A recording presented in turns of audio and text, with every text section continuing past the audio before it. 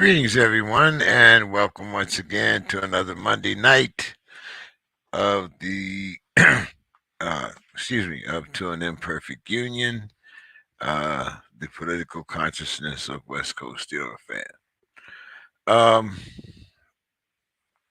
It's a couple of things, actually, it was three things that I really wanted to talk about tonight.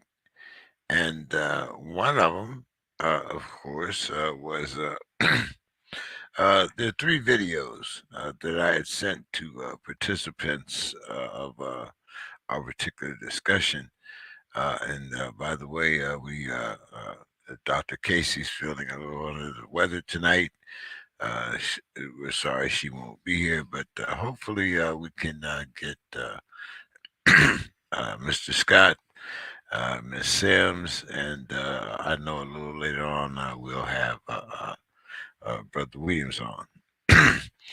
But the three videos, one was called 50 Years of Racism. And this was actually a video that was made 8 years ago. And the brother that made the video is it's Mr. James A. White Sr. And the topic was 50 years of racism and why silence isn't the answer. And I thought about a lot about this topic because 50 years ago, you had a lot of returning veterans from the war. And I thought about some of the different experiences that I knew of personally in dealing with the silence of racism 50 years ago. And the reason why there wasn't such an outcry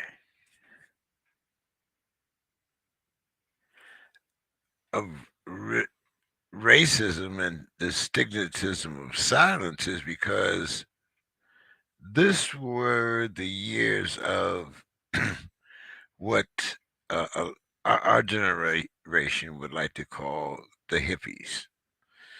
And for the most part, hippies were young white men and women that were out protesting the war and the policies of the United States as far as sending their kids to war. I don't know of a lot of black families, we would call Negroes back then, that moved to Canada or even thought of Canada as an option.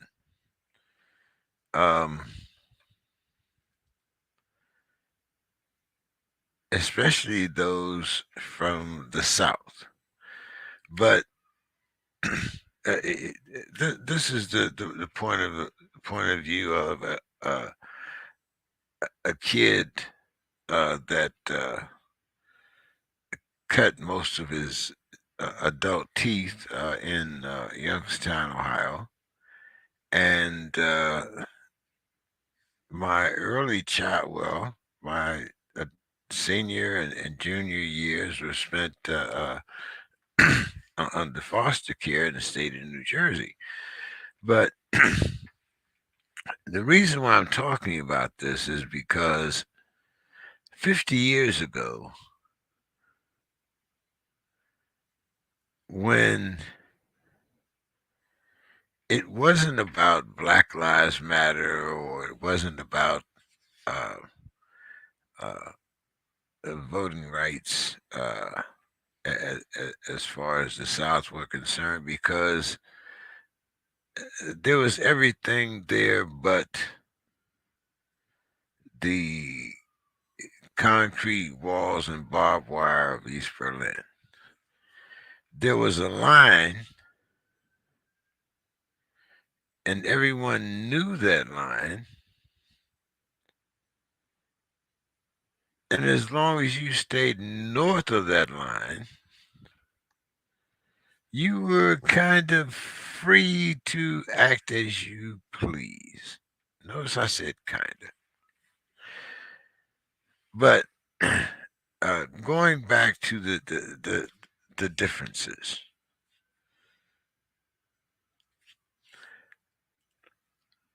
when you had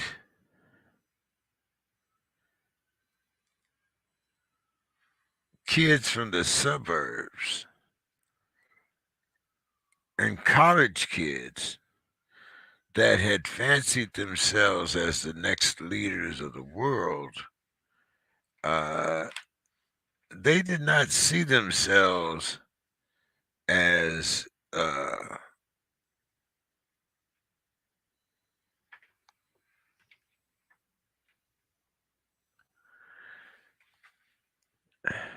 freedom fighters, patriots, however you want to call it, and were willing to go to great extremes in order to get out of this particular situation. But going back 50 years ago, 50 years ago, I was 25 years old.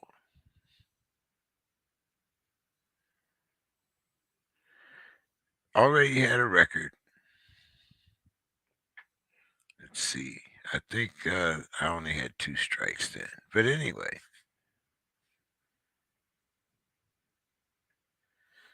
I had a GI Bill.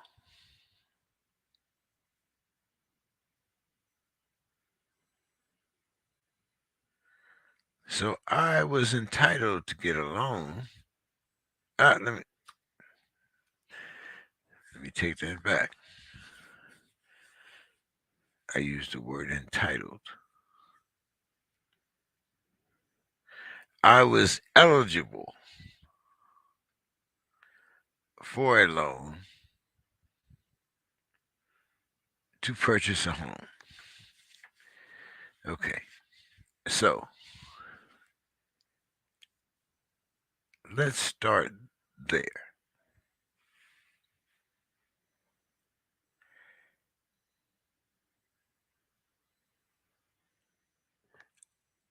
I was single.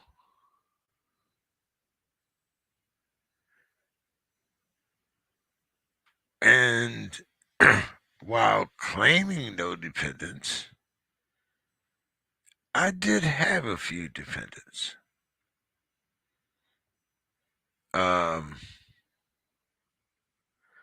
Some of my own and some from the particular person that I chose to live with at that particular time.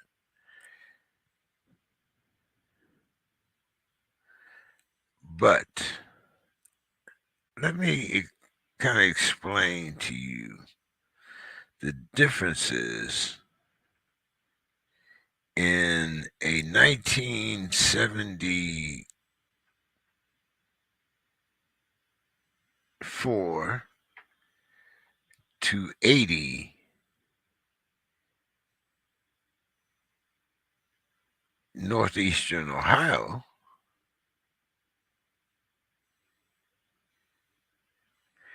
and the practices of the loan companies at that particular time. Now,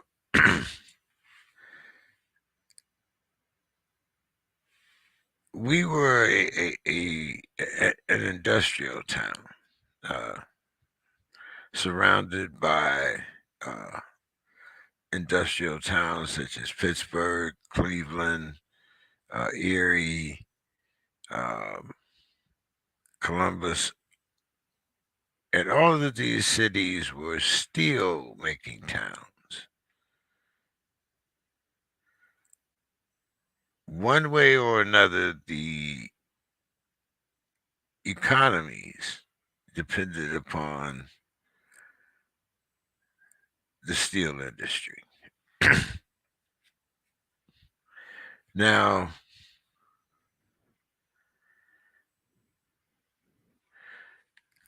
there were certain sections of town um, in Youngstown. It was Briar Hill, um, or as in many towns, the South Side. And there were very specific neighborhoods as a Negro person where you were shown housing.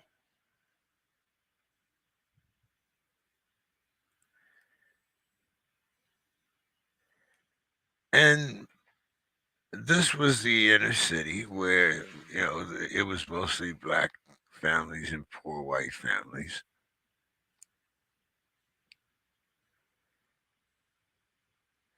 And you could secure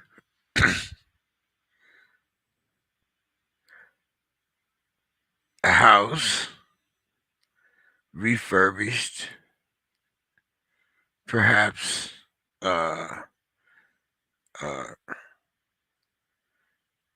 rebuilt within these neighborhoods, and you were kind of directed to these neighborhoods. Now, there were other properties available out in places like Austintown, Canfield, Warren, places like that. But these were usually for either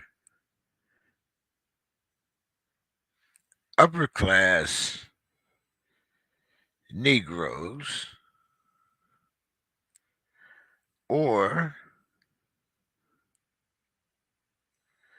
middle class to upper middle class whites.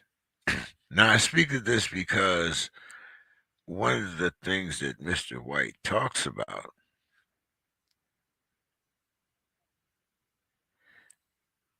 is housing. And while not in the same city, I can recall some of the towns around the post and the people that I interacted with. In Fort Benning, Georgia, Phoenix City was a sundown town, meaning that the sun should not catch your black behind out after dark. Even, even if you wore the uniform of the United States of America.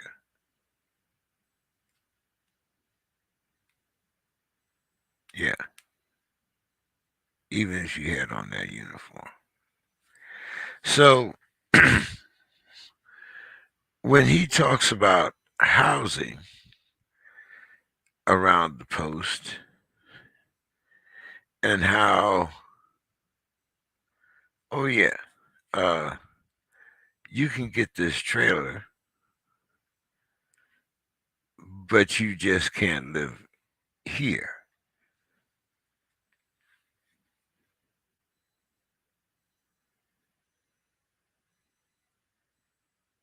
I want that to sink into you. Just sink in for a moment. Here's a trailer.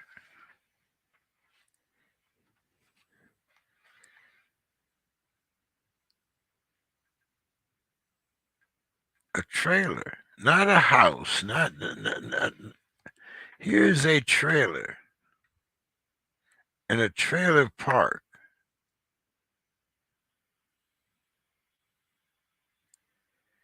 that feels that you would bring down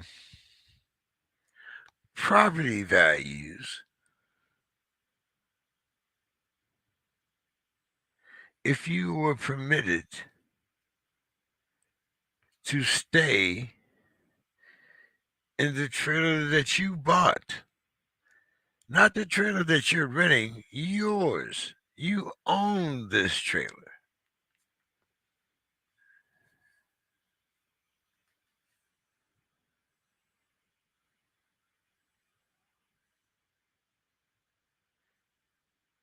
But, you know, James, if we let you stay here, some of the others will move out, and I can't afford to lose the rent.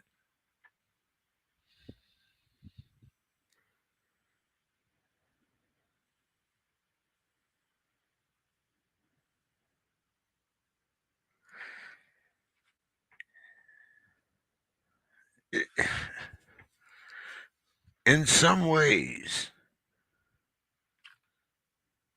when you look at what has been done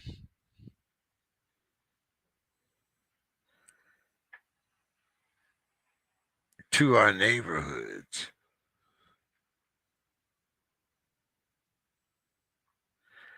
you almost have to ask yourself,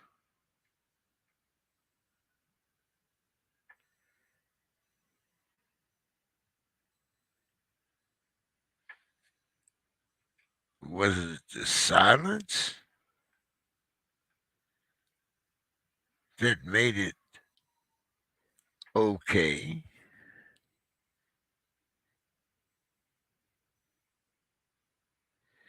And was it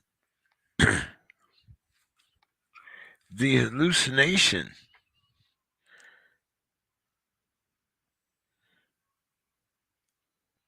that was sold to us?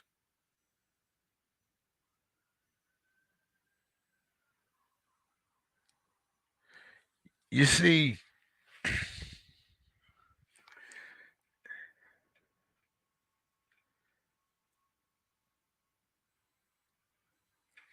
when I look back upon these 50 years, these 50 years of silence, I can't blame that on a 16-year-old or an 18-year-old or a 24-year-old or a 28-year-old or even a 30-year-old, 35. And the reason why I say that is because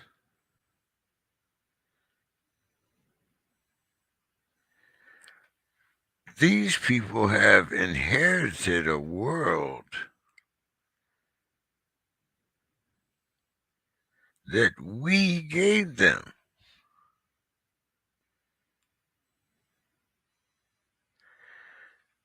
But it's much easier to point fingers at this generation than it is at ourselves.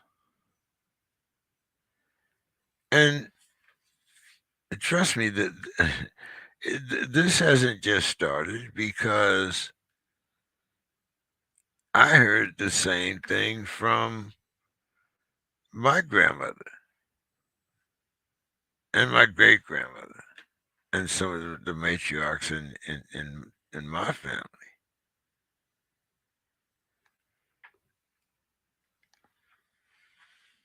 So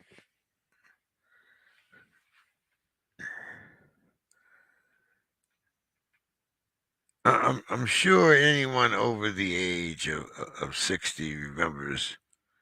I don't know what this world is coming to.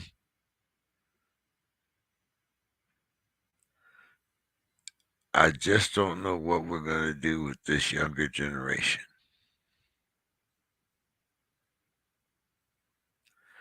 Now, remember, this was the generation that it came out of Korea. Uh, for those a little older, World War II. And the American values were similar but different than what they are now. And I say similar but different is because we were still fighting for the same things that supposedly we are fighting for now. Well, not supposedly, legislation says that we are fighting for them now. And when I ask this question to people of my generation, I get a lot of indignation and self-righteousness because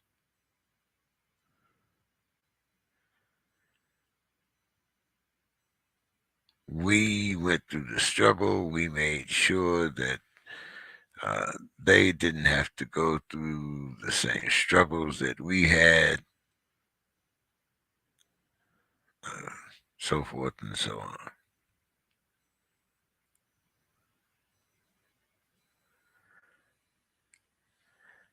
But in the course of quote unquote progress,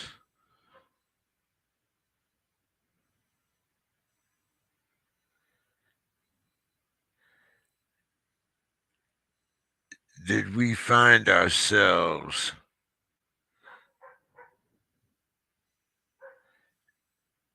dammed up?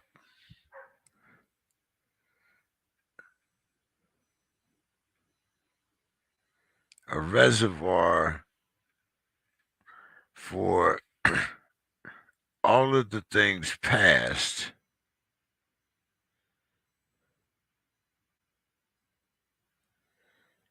but because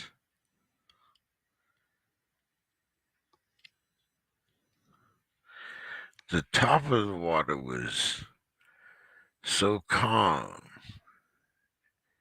and blue and inviting,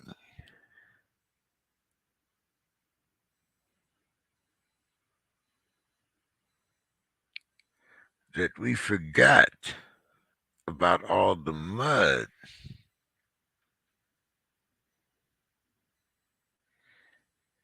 and the muck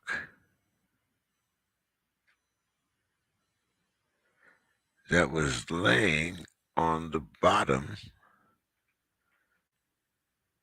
of these man-made rivers, lakes,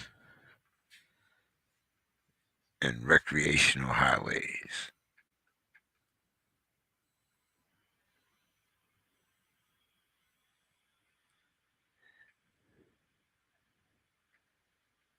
Did we forget that in order for the water to be clean, it had to go through a sewage system to remove the waste? And we just said,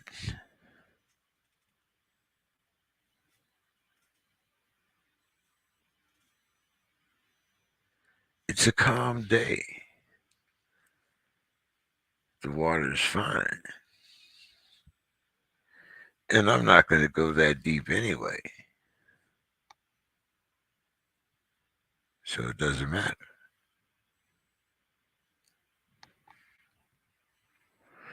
The first consequences that we see of this was the election of 45, when it seemed like conservative America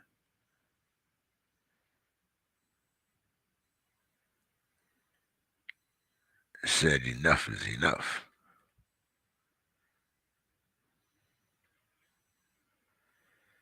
And we're going to show you that we're still in charge. Now,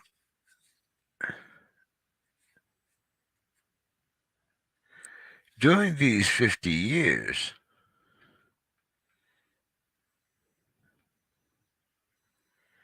while we have also managed to suffer in silence, we've also taught a generation that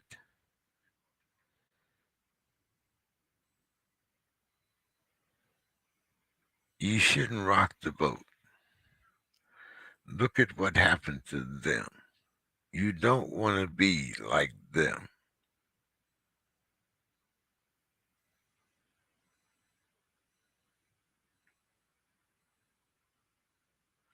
And you say, who are them?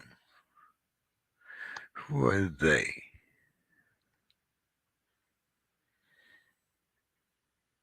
So, kind of with that, I'm going to take it right into the second video, which goes into heroes and villains. And I'm hoping Mr. Scott really shows up for this one because I'm hoping that he actually listened to uh, this video and the young man that was a part of it. And this video was also a part of the TED series. And it was by a young man named, his stage name uh, is Leclerc. Leclerc. I would say, if I was going to say French, Leclerc. And this young man made this video 6 years ago. And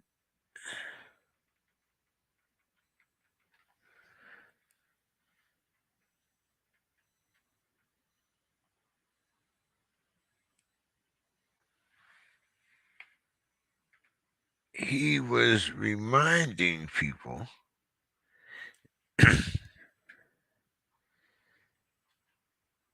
about the lyrics of hip hop.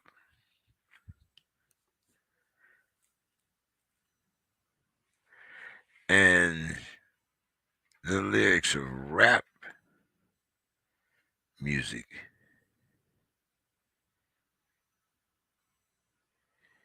have been changed by society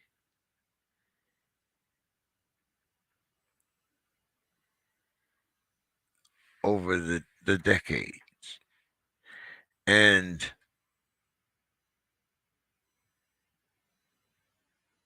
he pointed out to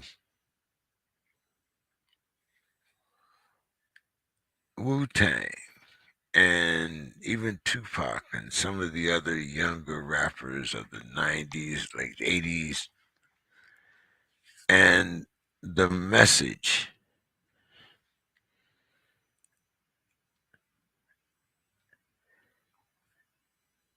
And I know, the first thing that, people my age want to point out is, fuck the police. And, but the song itself was pointing out the injustices of the police and the judicial system as applied to the black neighborhood.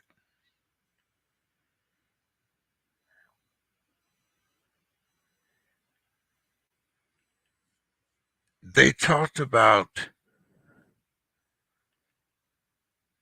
the beauty of being black.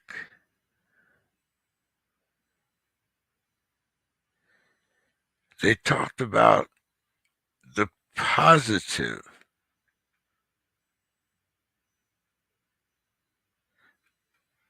of the black spirit in the face of oppression.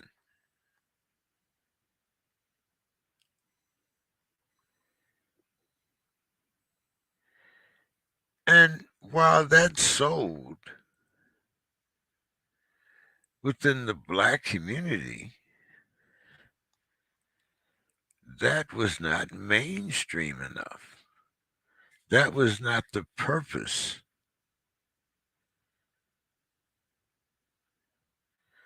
The purpose is to sell records.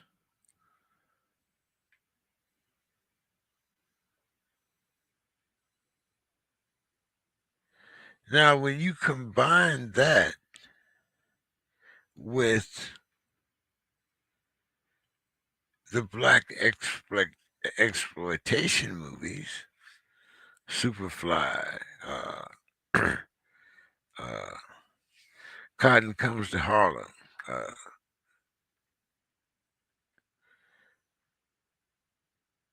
the first thing that you see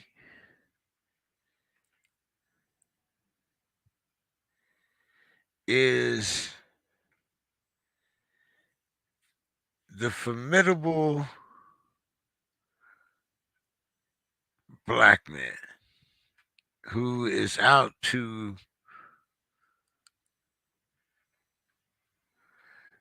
poison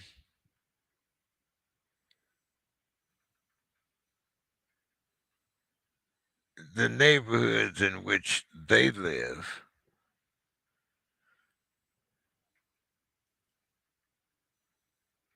but care nothing about law and order.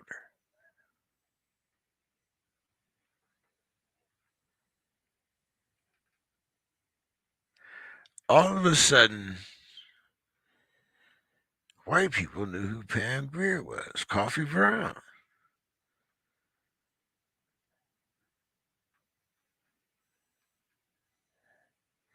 And it wasn't just black folks that was buying bell-bottom shoes and platform shoes and snorting cocaine. And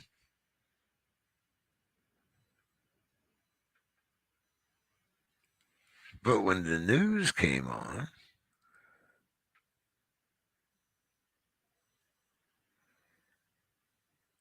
what color were the people in the neighborhood?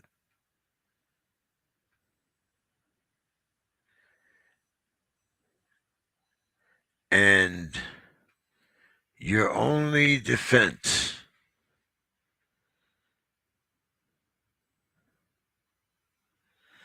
was this blue wall that kept everyone safe. Fast forward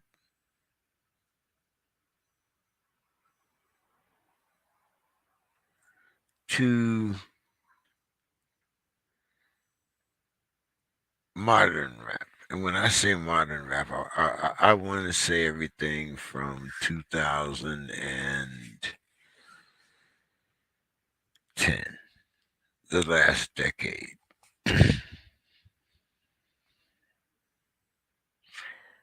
Because this is when there was the birth of gangster rap, not hip hop.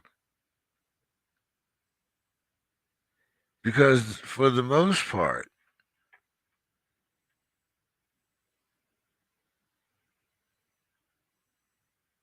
hip hop is dead. We now want to talk about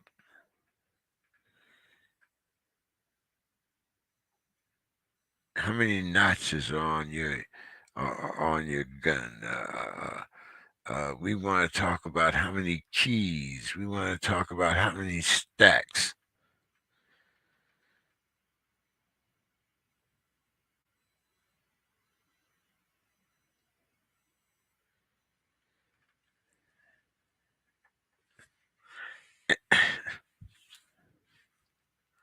I'm going to give you some really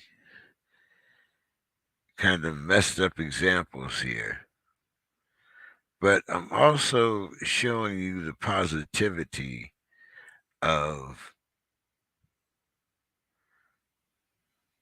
what could be done if you channel those resources properly. Okay, now,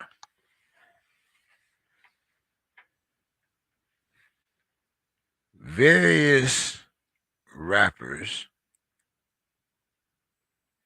use the holidays to distribute food among the neighborhood. Now, in some sections, there are gangs that do the same thing.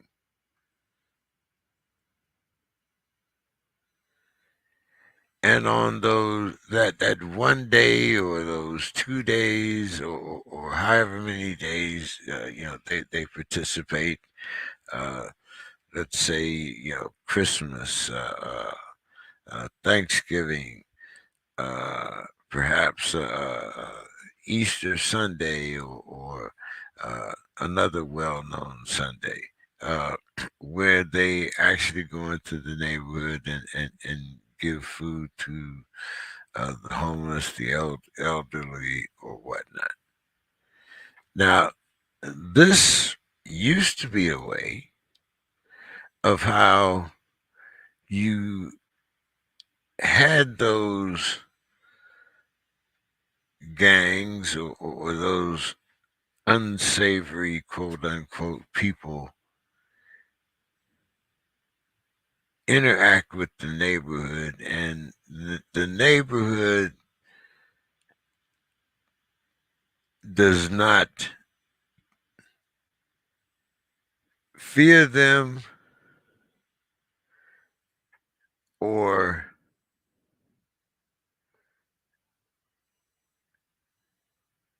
have a negative opinion of them. Because as we have pointed out on many programs, if you put a plate of food in front of a person, they're usually more concerned about the food rather than the quality of the message that you're presenting.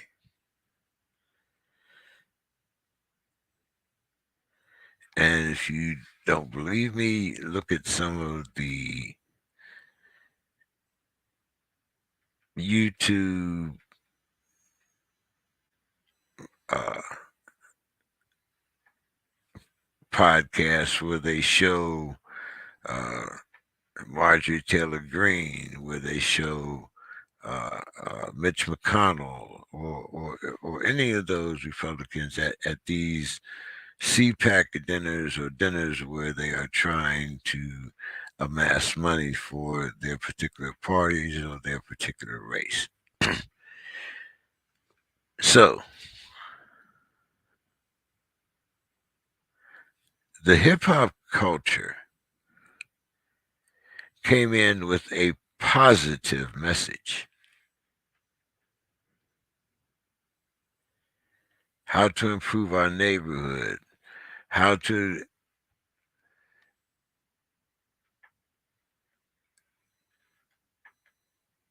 interact with one another, and how to depend upon each other when we knew that there was a system by which we are being oppressed and being suppressed by at the same time.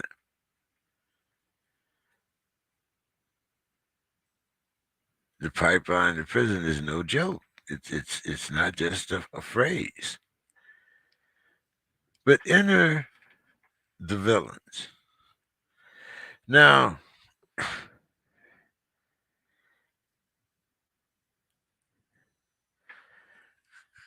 when you think about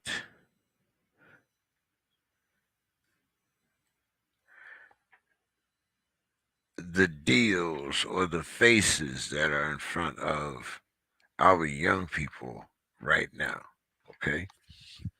And hey, I too have fallen victim to it because I've watched Power. I've supported 50 Cent in the sense of playing his records. I've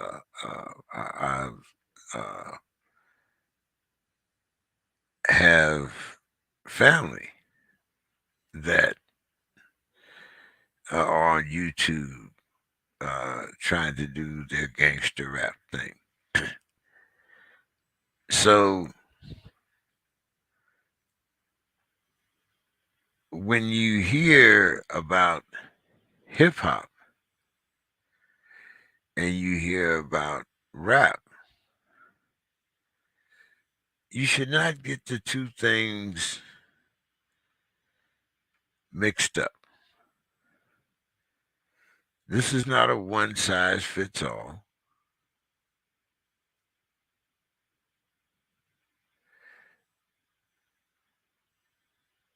If it were jazz and blues, do you think that they should all fit into a particular category? Should all blues artists be banned? Should a jazz artist be banned because he does not necessarily like your ideas? Remember Sun Ra back in the day, and the idea that a black man had been abducted by aliens and taken up in the spaceship. Hmm. He's got to be crazy. He's got to be out of his mind. But yet and still, we managed to make a movie about another white man that's been abducted by aliens, and he becomes famous. That's not saying that his story is more credible.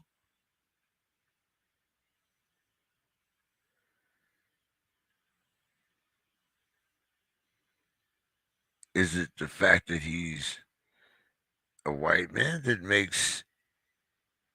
that broadens the audience? Does that make his experience more valid than that of Sun Ra or any other person that is claimed to be abducted by aliens? Fortunately, you know, I have not experienced that, but I've got a couple of stents and a bad heart and a kidney. So if you guys got some technology up there, and I'm down. You know, but just kidding, but not kidding. But uh, the idea that we are blaming the hip hop culture for the present state of rap music, or what we consider rap music, like I said, to me, it is kind of absurd. It's almost like a natural evolution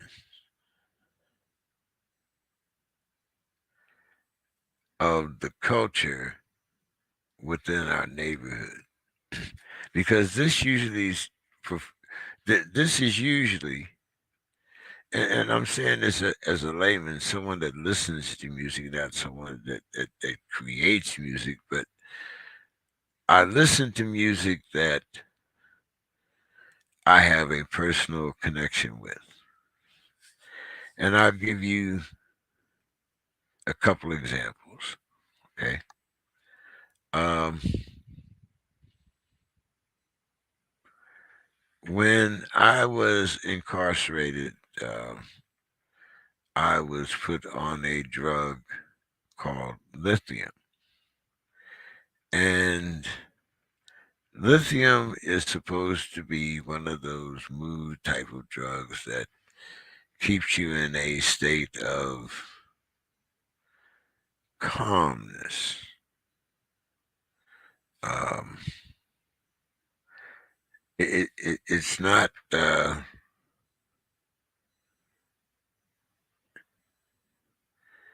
it's not quite Thorazine, but I would kind of put it in the same family. Okay. Now, the purpose of these drugs, like I said, was to keep you calm and to keep you under control. Okay. Um, and a lot of us, our side hustles were selling our drugs, to someone else uh, for whatever reason. But after you were, after you had been around through the system a couple of times, you learned what was what and whatnot. But anyway, um,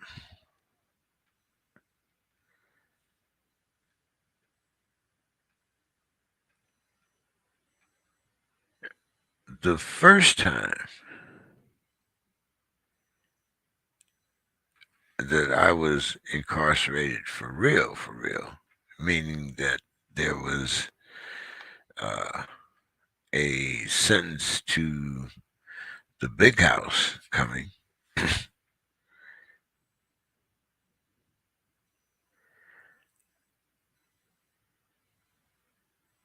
My cellie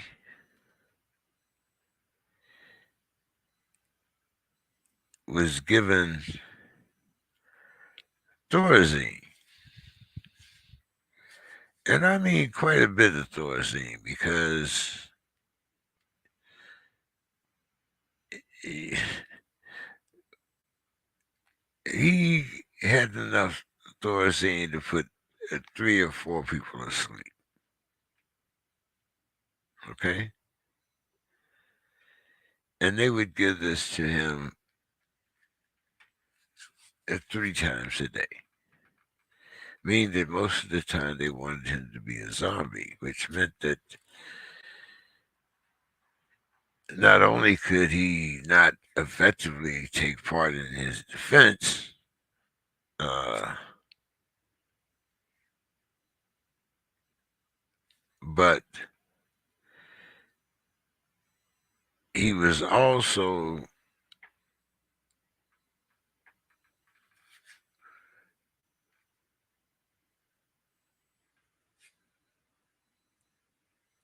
another one of those lost boys, one of those lost men. And eventually, he was given a life sentence, and but anyway, the purpose of this is to show that once you get in that prison pipeline, there are certain circumstances that you have no control over,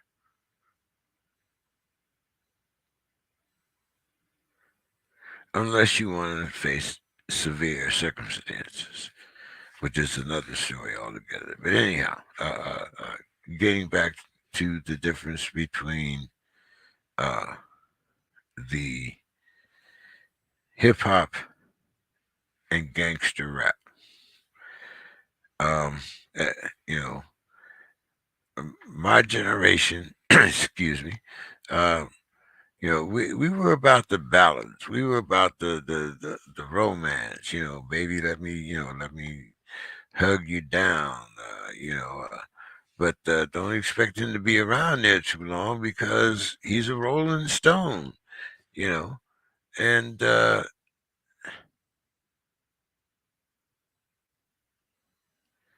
then we came to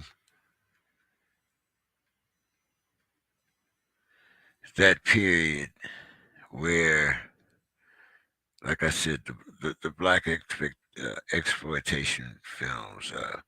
The Fish That Saved Pittsburgh, was another one, a very obscure film, but it brought about a feeling of unity among the black community. The black community was used as extras. We had black basketball players that were heroes. This was probably uh, the godfather of Space Jams. probably where the original idea came out. But anyway, we had Dr. J and heroes like that were in the movie. But anyway, uh, as I was saying, I think that hip hop and gangster rap are a part of the evolution of music, much like the 3-point shot in basketball.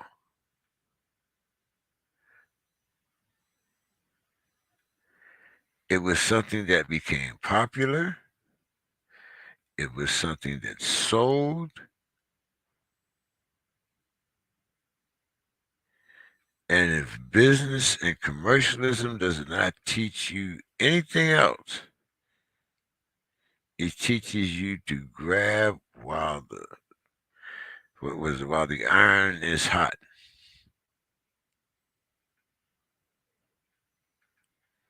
You don't use a cold branding iron to brand cattle. Not, for all I know, at least this is from what I see and what my limited knowledge of cattle ranching has shown me. You know, that it takes heat in order for you to brand those cattle with your particular brand. And record companies, or at least the entertainment field, has done the same to us.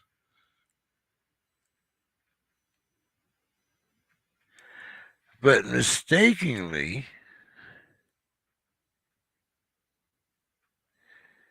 we seem to think, or we seem to believe, that we are the targets.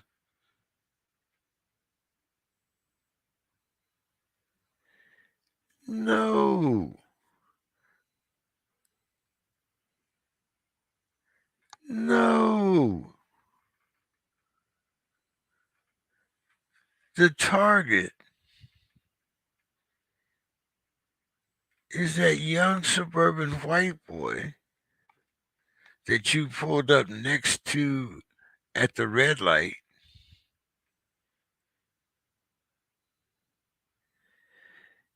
and he's playing Lil Wayne. Or no, that's too far back. He's playing Young Thug or some of these some of these younger rappers. And when he looks over and sees you as a black person, he bobs his head and nods to the music, and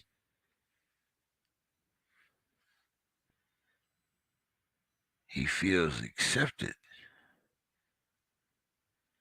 because he's listening to my music.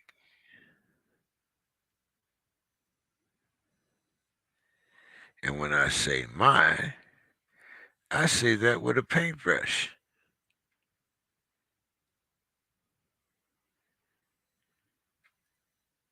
Because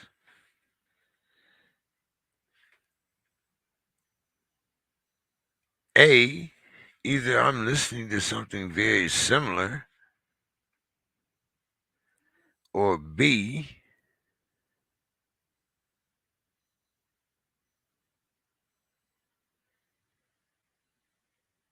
I can be cool too. And when he has a party in his neighborhood, whose music do you think he's playing? I'm playing gangster rap because I'm cool.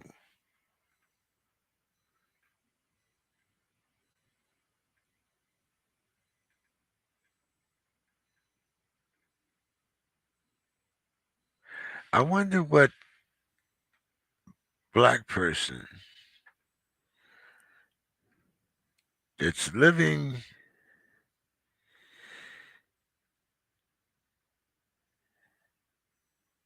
in low-income housing.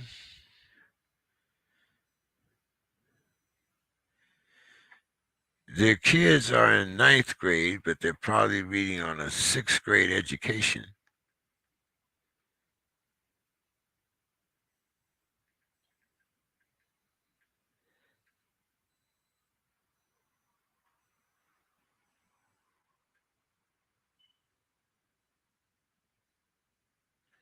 And this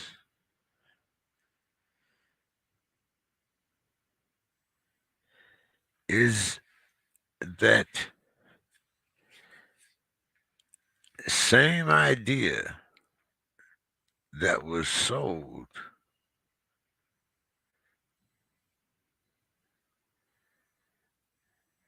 as fear of the black man. And it still permeates. I mean, come on. You got Trump that's meeting with, a white supremacist and yay.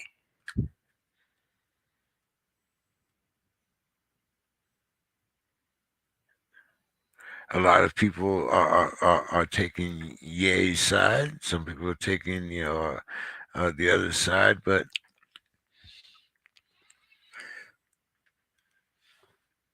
I've tried to discuss this subject uh, subjectively a few times, and I've tried to talk with the panel about this. But once again, I'm kind of jumping around here, but I want to get back to hip hop culture, and this is the reason why I'm talking about Ye. Because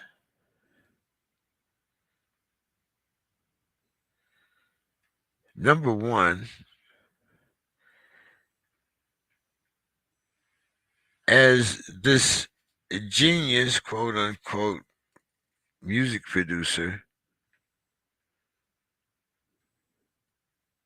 Ye also knew who his target audience was, just like he knew who the target audience was for his fashion.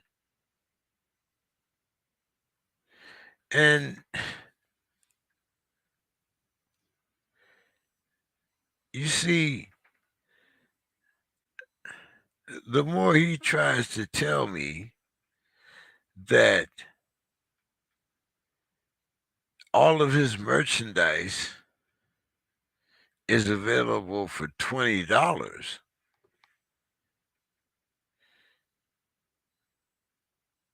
do I have to start doubting the quality of the materials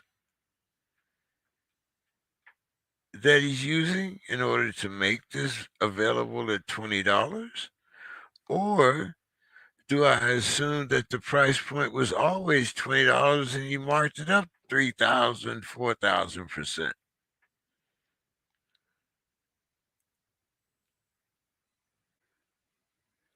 Because of the audience that he was targeting.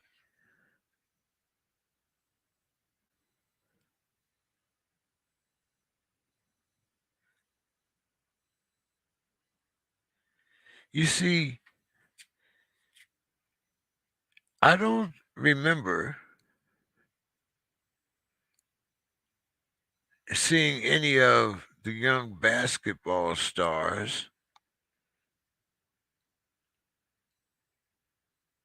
that were attending events in Yay sneakers. I have not seen any of the prominent sneaker collections that trot out, oh yeah, here's my pair of Yay sneakers. Not saying that they might not have them, but they're not that high on the list. At least not in our neighborhood. So once again, let's get back to the difference between the hip hop culture and the gangster rap culture.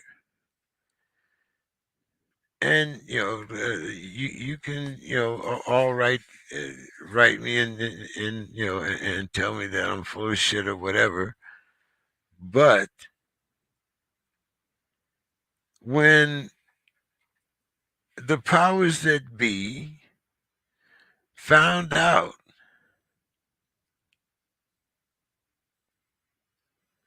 that hip hop could be replaced,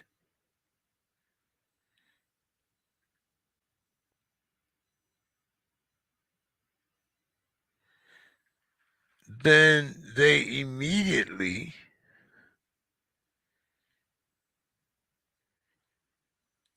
bought into this rap game culture, this gangster rap culture, because it was able to quote unquote crossover.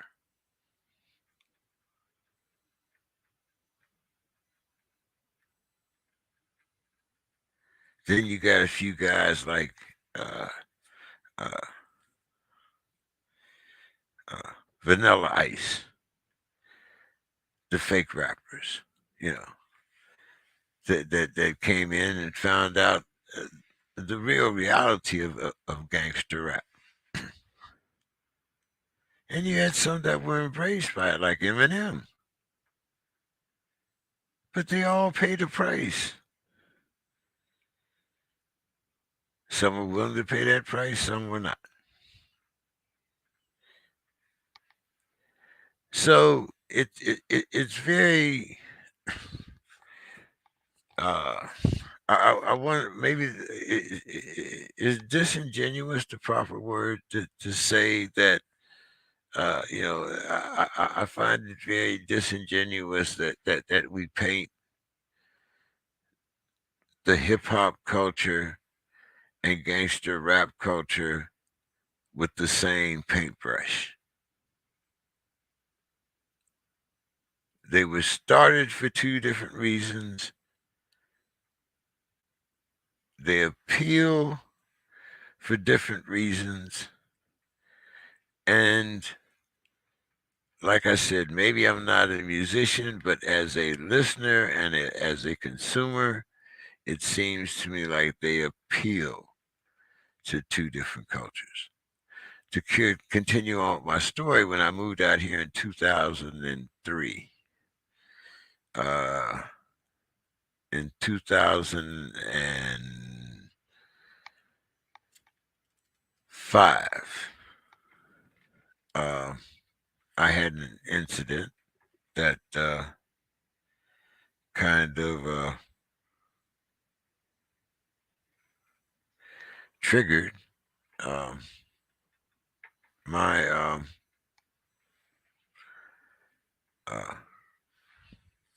anger management uh,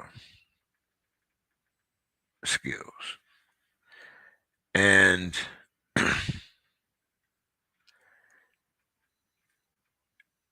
as I got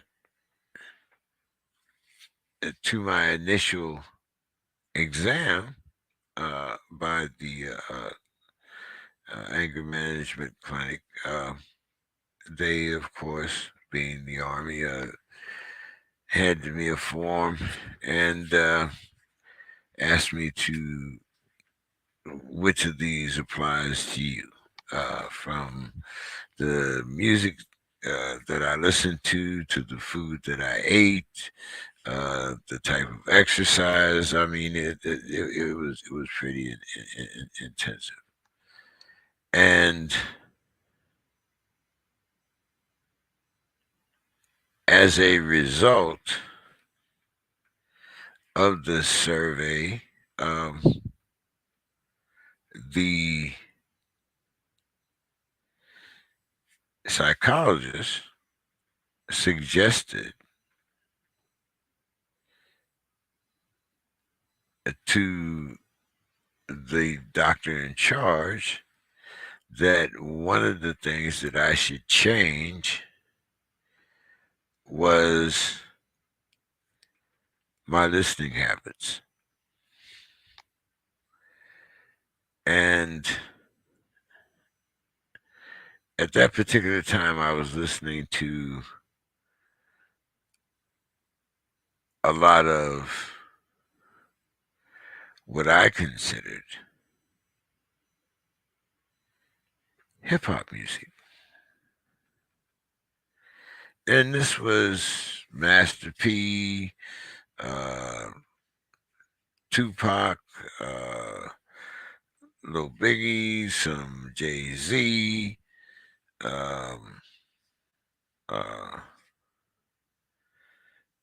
most of Little Big Daddy Kane. I mean, and they suggested that because of my personal background as well as my triggers, that I should not listen to hip hop music. So I started listening to a genre that I had listened to much before, which was instrumentals. And at the time, um, oh my goodness, they were having jazz festivals here in San Diego, and I got to meet a lot of the jazz performers. One of them that I can't think of his name right now. He was a basketball player. He died of bone cancer. He had started playing the bass uh, before he passed away, and the quickness of his death. When you think of it, this was a huge man. Like I said, played basketball, I believe, for the Phoenix Suns, but uh, uh, passed away due to bone cancer, and it was really quite sudden. It was like within 2 or 3 years of hearing about this, he had passed. But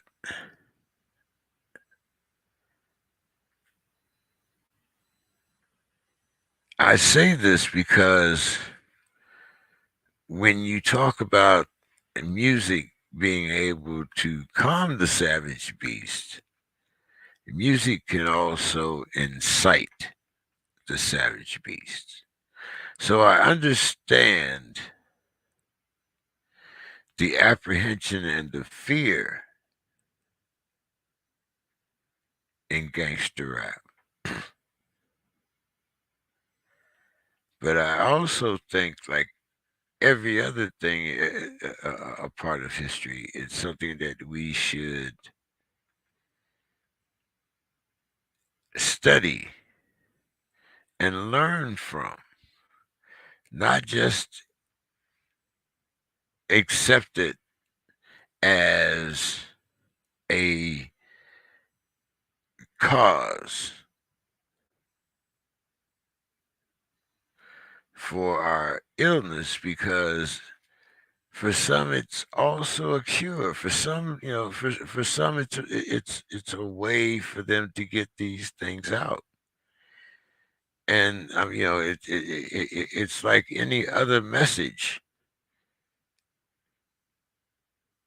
All messages are not meant for all people.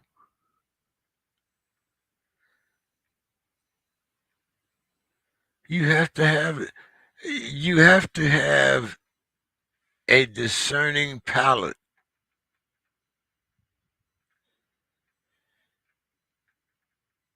Just because somebody puts something on your plate, you know, and calls it pecan pie, It might taste good, but that don't mean that you're not eating a plate of shit.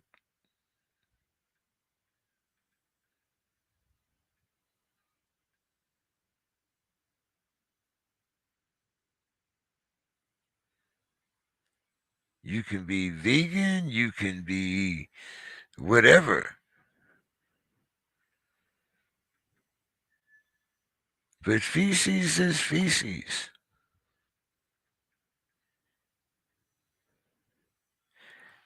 And as they say, one man's trash is another man's treasure.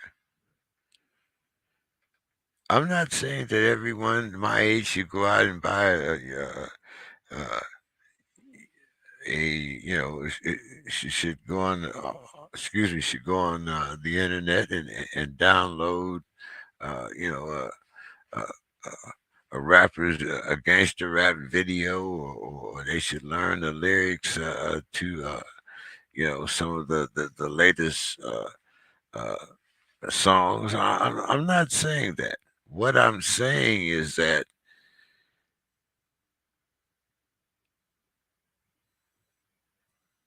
use the same discretion that you would want someone to use when they approach you.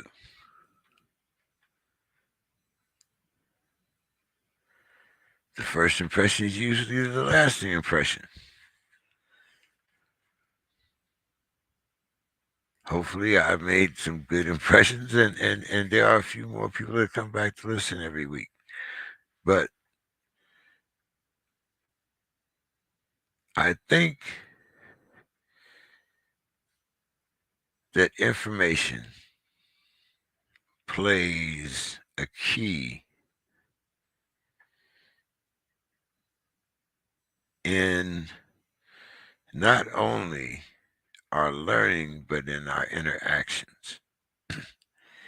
And in order for us to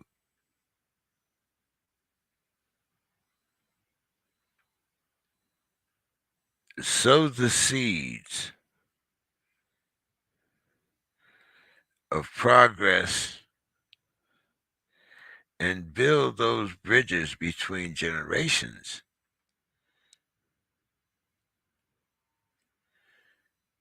there has to be a common ground.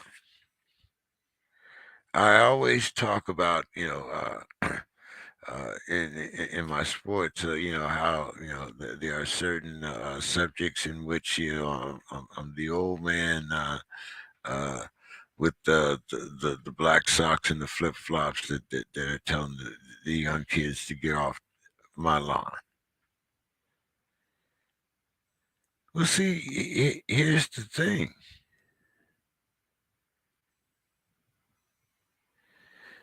That's my lawn, but in most cases,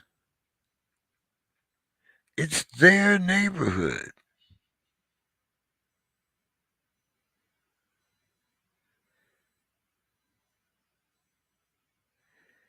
And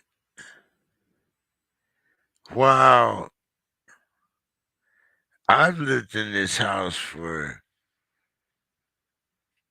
50 years,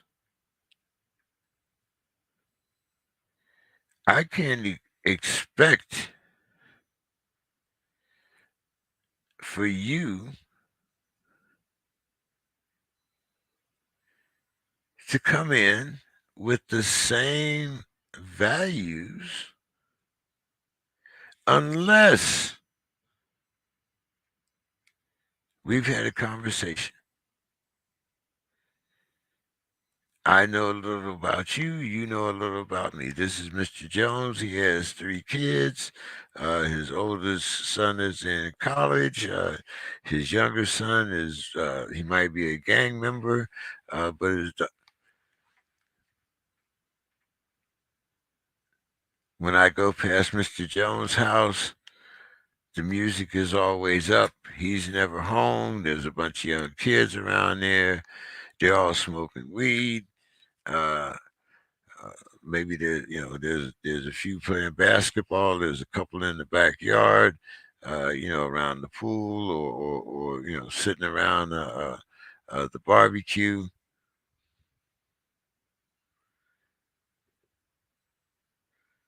Does smoking weed make them bad kids?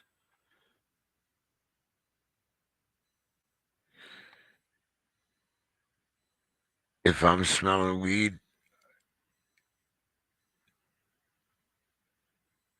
is something wrong with Mr. Jones's nose?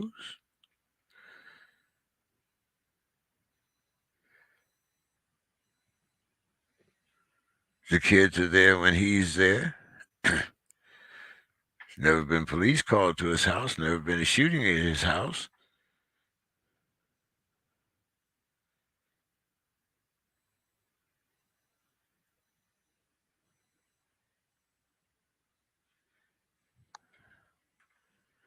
So do I judge Mr. Jones because he indulges in a habit that I do not? Or do I judge Mr. Jones as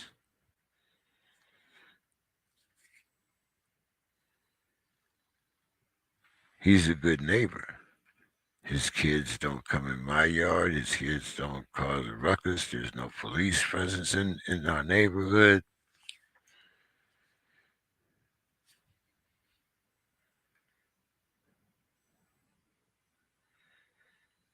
When Joe Bob from up the streets comes by and says, "How do you tolerate that?"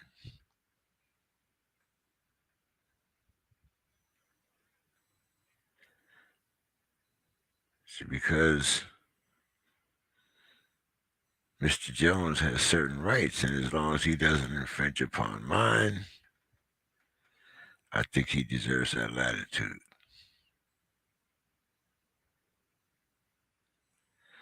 Now, by contrast,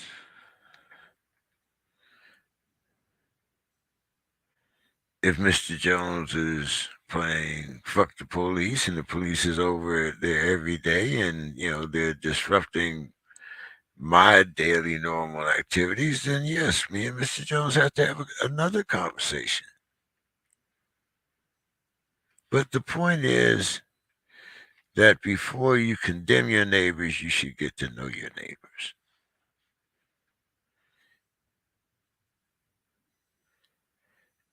And before you paint hip hop with this one colored stereotypical paintbrush, I think you should learn the history of the music, how it got here, and who the target audience really is. The third video that I was looking at was by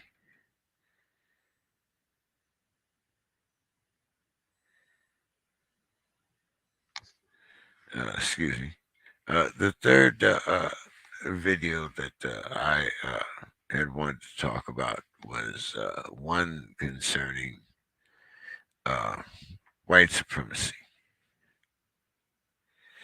And once again, it kind of comes down to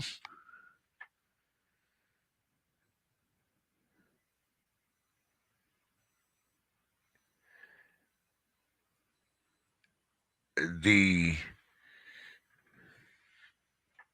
recent rise in the seemingly ranks of white supremacy and why now.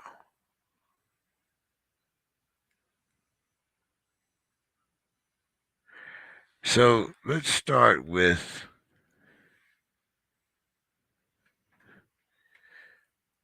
the why now. And maybe this is a good time for me to put a disclaimer in here where the points of view of these subjects are strictly mine, as are the points of view of anyone else that comes on the show.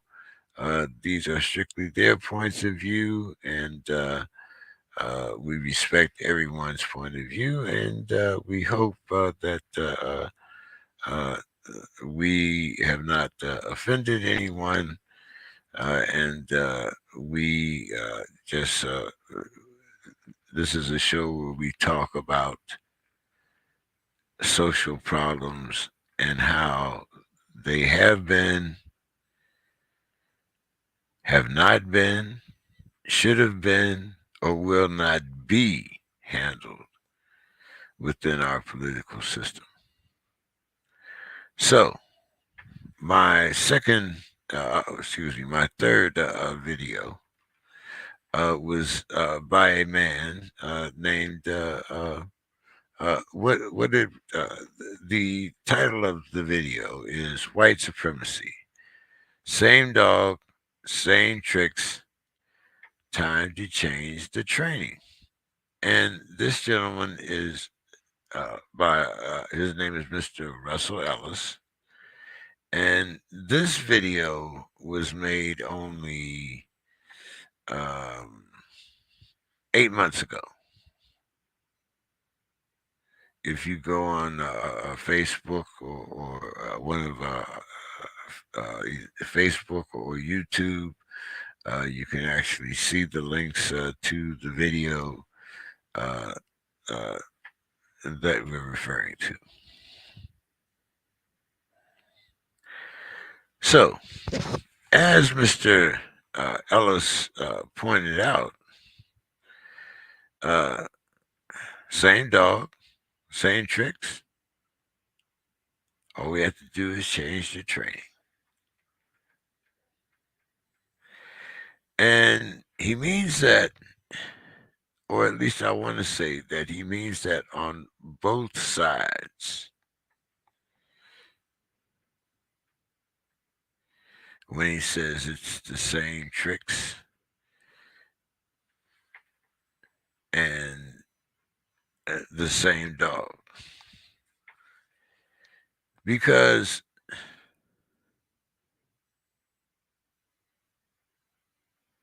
we talked about this, and that was the point of it. We just talked about it. We didn't really do anything because we were looking for weapons of mass destruction. And we were trying to save our brothers in the Middle East. As long as they weren't the Kurds. But that's a different story. So anyway, white supremacy. Same dog.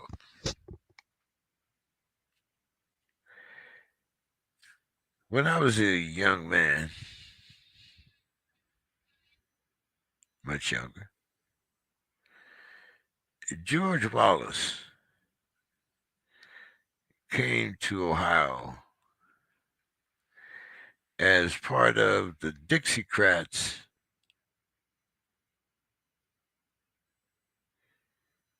aim to take the White House. He was their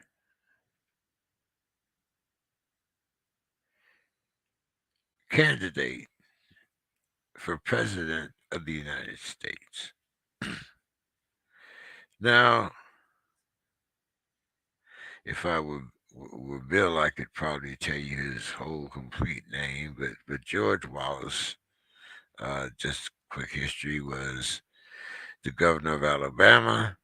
When the Dixiecrats broke off, he, as I said, he represented their candidate for the presidency. George Wallace had always declared himself a segregationist. And he exercised those powers when he was governor of Alabama. And as I said, when he was out, he was also uh, uh, a part of the split of the Southern Democrats, which we call the Dixiecrats, from the Democratic Party. And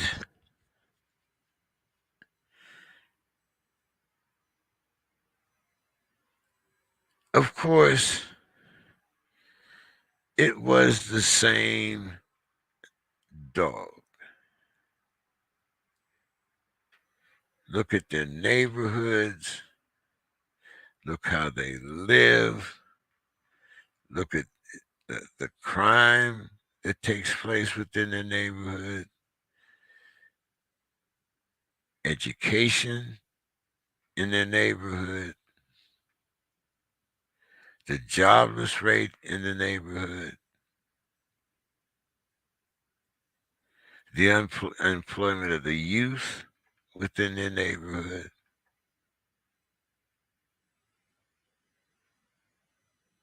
Stop me if I'm wrong. I'm sure you've all heard the same things.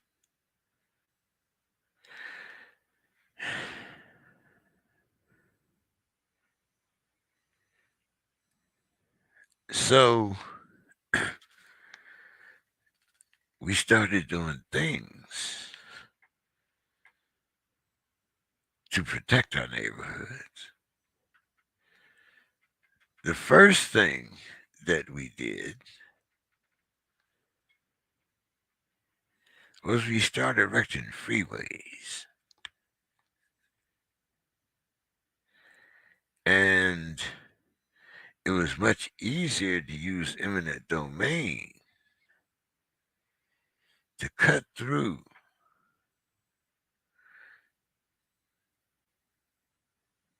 their neighborhoods and separate us by this ribbon of concrete.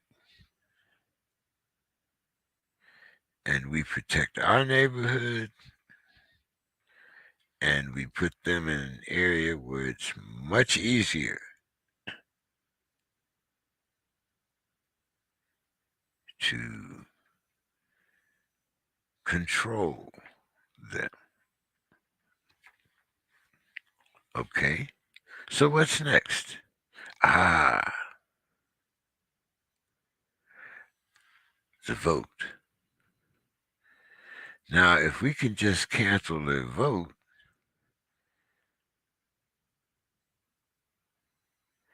or get across to them the idea that their vote doesn't matter, then once again, these are things that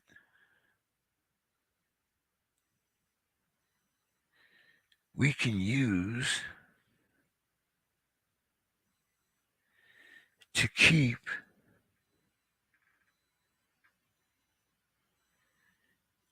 the cattle within the pen. Now, this simply means, as you notice, if you if you've had any type of dealing with pets within the last decade or so, or even longer than that, uh, you know, you used to have to put a fence up to keep your dog in the yard. Now all you need is a few sensors around your property and a collar.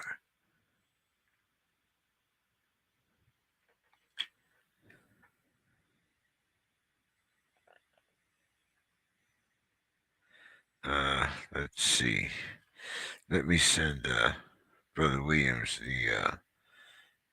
Okay, let me go back. See in the back. Okay, let me Let me resend you the link. Okay.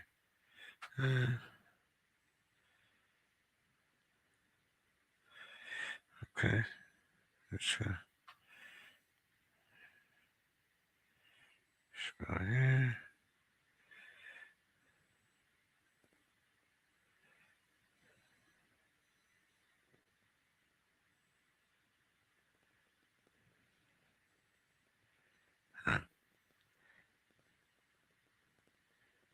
I just resent it to you. Okay. All right. Yeah. Gotcha. All right. Yeah.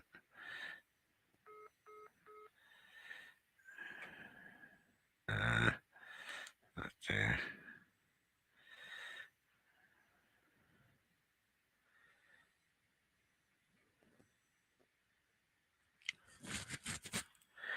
Okay.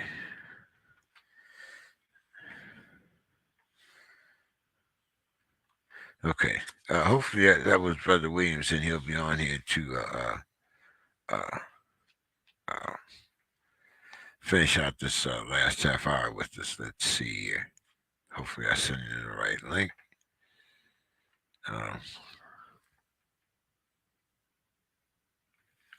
But as I was saying, same dog, same tricks, and I don't.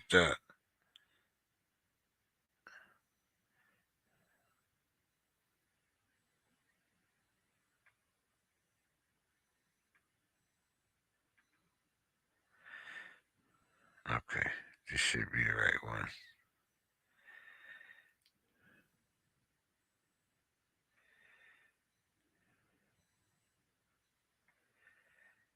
Or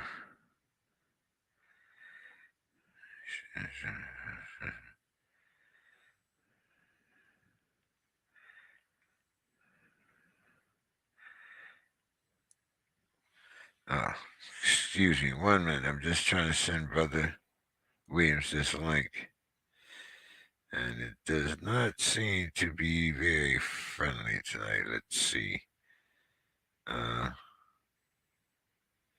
Okay, let's go back here.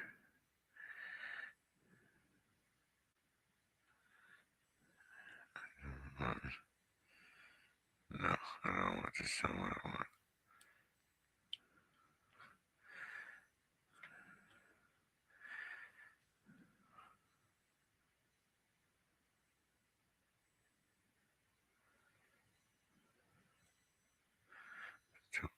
In the studio.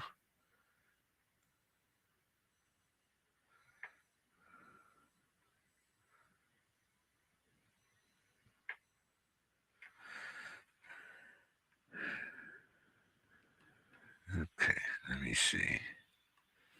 Maybe I can send it to him this way.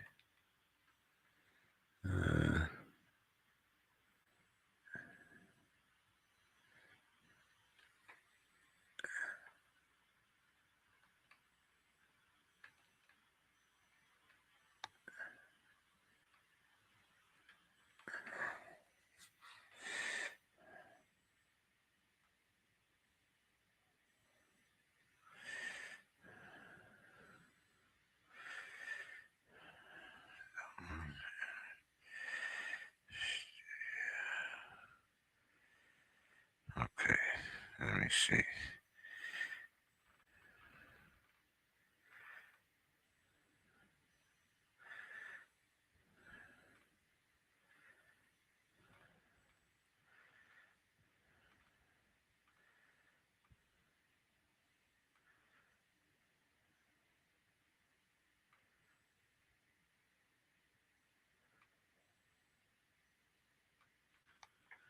Okay, let's see. Let's see.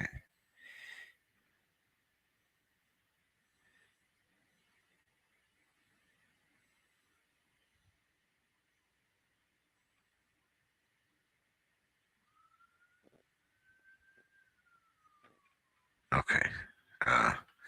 Hopefully that'll get Brother Williams here. But anyway, okay, here he is. Yes, sir. All right. Uh, Good evening, Brother Williams. Hey, all the people. Is it just me and you? Yeah, Dr. Casey got a little under the weather, Oh and man. I, I, I, I I was kind of when I sent out the video about the hip hop cure, I kind of thought that Mrs. Scott would be absent, but I was hoping beyond hope, that perhaps he would come into that conversation. But I haven't seen him or missed the cell. But I was kind of talking a little earlier about that particular video. Did you get a chance to watch Yes, I did. In fact, this was to me. This was going to be a real good show for it? myself and Scott to be on. I mean, I almost wish you just hold off and, and we redo this some more sometime. I couldn't have put it no better myself when I after I watched that video. I mean, that brother was awesome in the way he laid it out. He left the audience speechless. The thing that kind of I don't say well it intrigued me is that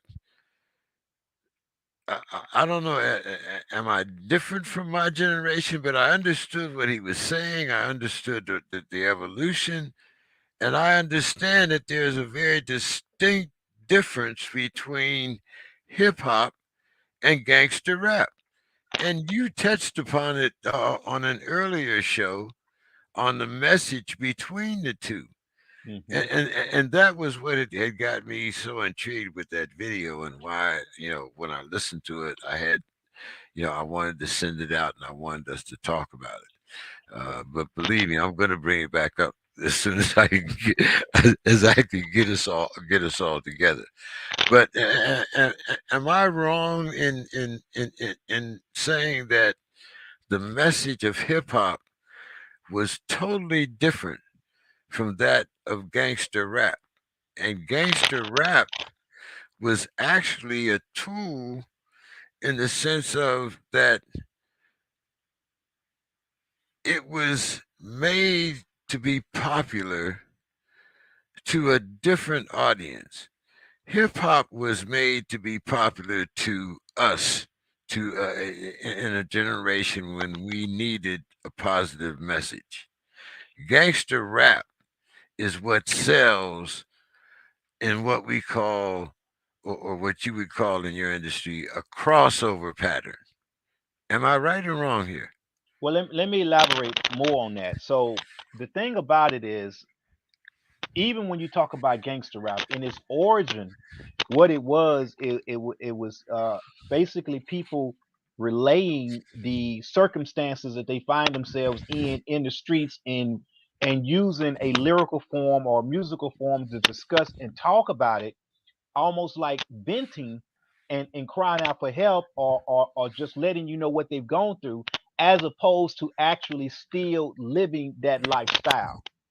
But the problem between that gangster rap from that point of view and hip hop utilizing the rap culture, so to speak, as a way to express ourselves in order to prevent from going out and committing crimes. The thing about it is, one became way more marketable, whereas the other one was more or less something that you kept away from the mainstream public, from the stances. Hey, this is how we communicate, this is how we address our issues, this is how we express ourselves, this is how we prevent ourselves from falling victim to the crime that's talked about in the gangster rap.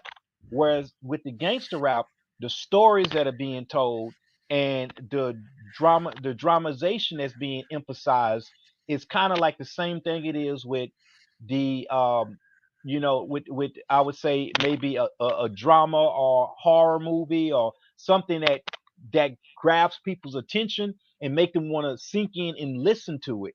And so from that standpoint, it it was very much so more capitalized than was something that was being progressive and talking about not falling for the system, not falling for being part of imperialism. Whereas one is real based in education, uplifting, and not falling victim to the crimes, victim to the oppression, and victim to the situations that we find ourselves in. The other one is just simply talking about it and expressing it, and using it as a calling card to say how tough you are or what you've been through. And so that became a whole lot more mainstream and marketable, and it itself evolved into a more capitalistic screenplay in itself. I take a good example, and this is why I kind of ended last week on when we was talking about Superfly in the black exploitation era. So the thing about the rap gangster rap music from that standpoint, it was kind of like a modern day version of that, telling you how fly it is to do this or how I went through this. And to me, I like to use the example of like Ice T, because Ice T talked about the pimp game. Ice T exposed it. He talked about the connection between the pimp game and the rap game. But at the same time, when he told his stories, he typically ended his rap talking about how you would get caught up in that lifestyle. So instead of necessarily, it started off to where he was it seemed like he was glorifying it, but at the end of the rhyme, you seeing how that lifestyle leads to imprisonment, leads to death, leads to your downfall. But the way the music went, it still gravitated and pulled you into that world. Um, for instance, like the song "Colors" that he did. "Colors" ended up being an anthem for a lot of street gangs. But nonetheless, within the lyric, he is saying that death is my life, guess my religion. He's basically telling you how deprived and how deranged a person is, and it wasn't really meant to be a rally cry or a positive take, but people gravitated to being exposed to that world, and it became very marketable because it was this extremism that the white culture wasn't familiar with. And so money got attached to it. Next thing you know, other artists are emulating that same concept in order to get their record deals, in order to get exposure, and it just kind of took off from there. And it got to a point to where in order to try to outdo the last artist, now I got to come with something that's even more gory. Now I got to come with something that's even more driven about crime, and it just escalated. And as it capitalized, it became a just just way left field position in terms of what's really meant to be portrayed in the message and who the messages are targeting. And then the youth obviously get lost in the content and not being able to see any extract any message from it other than something that's negative. And it just went crazy from there on. Well, no, but did it go crazy because it was accepted as a crossover? Because, as you said, I mean, okay, going way back, I mean, the Lost Poets, for example. Okay, Hmm. I could probably count the number of my friends that had a Lost Poet album or listened to it, unless they came over to my house. Now, at the same time, you know, they were portraying a very positive message, but the message within our neighborhood was it was the hustler, the pimp, the players that got the cars, that got the women, so forth and so on. So the positive message was lost. And if you tried to feed it to someone that wasn't in that life or about that life, then you were either a rebel or that crazy nigga on the block. Yeah, you're right on that, and a very good example of that is that NWA, the group Niggas with Attitudes, sampled part of the Lost Poets, and the part that they sampled, the way that they mixed it in with the music they was doing, would make you think talking about niggas was a positive and progressive thing. Being identified as nigga was a good thing. And that again kind of goes where I'm going when I talk about how glorifying that lifestyle ended up going basically being a influence to the younger generation in terms of providing the wrong message and the wrong outlook. And as it got capitalized, now you had these kids whose lifestyle and upbringing all of a sudden becomes a positive to them.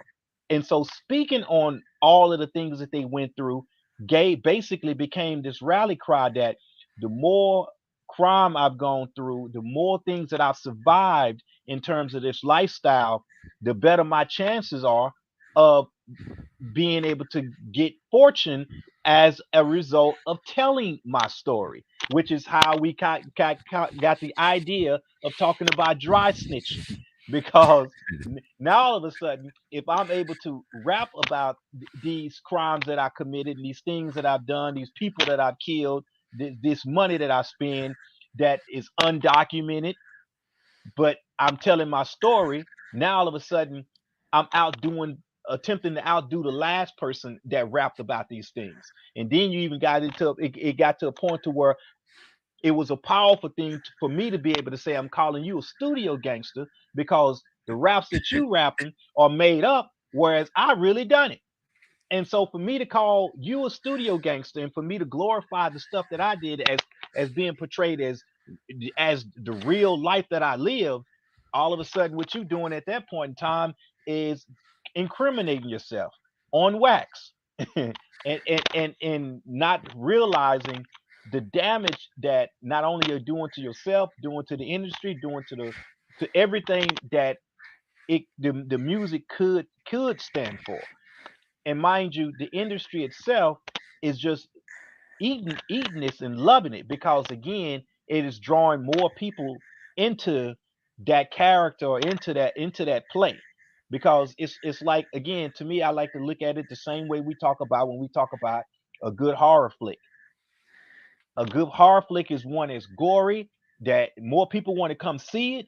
Why? Because it's out there. So the more gory it is, the more detailed it is, the more graphic it is, the larger the audience. Even from the standpoint of wanting to call themselves talking negative about it, they want to still see it so that they can talk negative about it. So it's like bad publicity ends up becoming good publicity when you talk about gangster rap, when you talk about things that are on the edge like that. And that again to me is when capitalism has taken and grind its teeth in the whole concept to the point to where it's hard to come out and think that there is a such thing as progressive rap music or progressive hip hop. It's just literally like night and day. One you can find all over the airways. The other one you got to go dig around after dark to find it. And it Yeah. just so happened that it's the positive stuff, unlike another rap group who called Houdini, who used to say the freaks come out at night. Well, the script is flipped when we talk about this. It's like the positive music comes out at night. This is the stuff that you get to hear 1, 2 o'clock, 1 or 2 a.m. in the morning. The stuff that they don't want you to hear, during your normal sunshine day. They want to play the gory, the gangster rap stuff. Yeah, and I think more than ever, it's my generation that kind of buys into this myth because we use it as a measuring stick for our youth instead of embracing our youth for what they are. Yeah, but I think a lot of that has to do, with the fact that, and you can even see it with every generation. Every generation tends to have a little bit of a disconnect with the generation before them. And when you talk about being able to dissect the culture and dissect the lifestyle, then now all of a sudden you're having to try to figure out a puzzle within the lyrics that are being said. A lot of times they may be rapping real fast. A lot of times they may be speaking, using slang words that don't necessarily equate to the same thing that the past generation done. So it's literally like you need a dictionary in order to try to decipher the code that's being talked about before you even get down to what the language that's being used. So there's so much to unpack when you talk about each generation as it applies to this, that it's understanding how, the older generations can find this to be completely negative. And again, that's because, like I said, when you talk about just the standard of where things are now as opposed to what it was when you were younger, certain things that would be considered rated R when you was younger, now that's like a PG-13 now. They've lowered the standards of exposure with each generation. And so that while the standards being lowered with exposure, the older generations look at it and they're in shock and awe that that stuff is even played. Whereas the younger generation expects to be able to get away with more and progressively push toward being able to lower the bar in terms of what creates censorship. And so it's literally a continued fight from the older generations, but with the younger generations, they lower that each time. And by lowering that, then obviously what you're dealing with, which kind of goes back to the psychology I discuss oftentimes, is now you're dealing with a younger audience being exposed to a more mature subject matter being pushed to them through a technological stream that is constantly evolving, constantly advancing. So when you talk about an older person, for one, now you got to not only try to figure out what's being said, but you got to again try to decipher the word usage and the word meanings, and you're dealing with a technology that you may not necessarily be on the up and up with, that just keeps it going. So it's all of these different things that are moving against the previous generations that they have to be able to try to navigate through just to get down to the bottom line of seeing how the current generation is being manipulated, is being controlled, is being coerced by capitalism and imperialism and a market that wants to basically keep the consumer consuming more and more and more. And the only way you can keep a consumer consuming more of a specific product is you got to add more additive to it. I mean, you can just compare this to a drug. A person can get high, and then next thing you know, that same high don't get them high no more. They got to do what? They got to raise the bar. They got to raise the bar. So my fix keeps having to try to outgrow the previous fix. And it's no different when you talk about this type of music.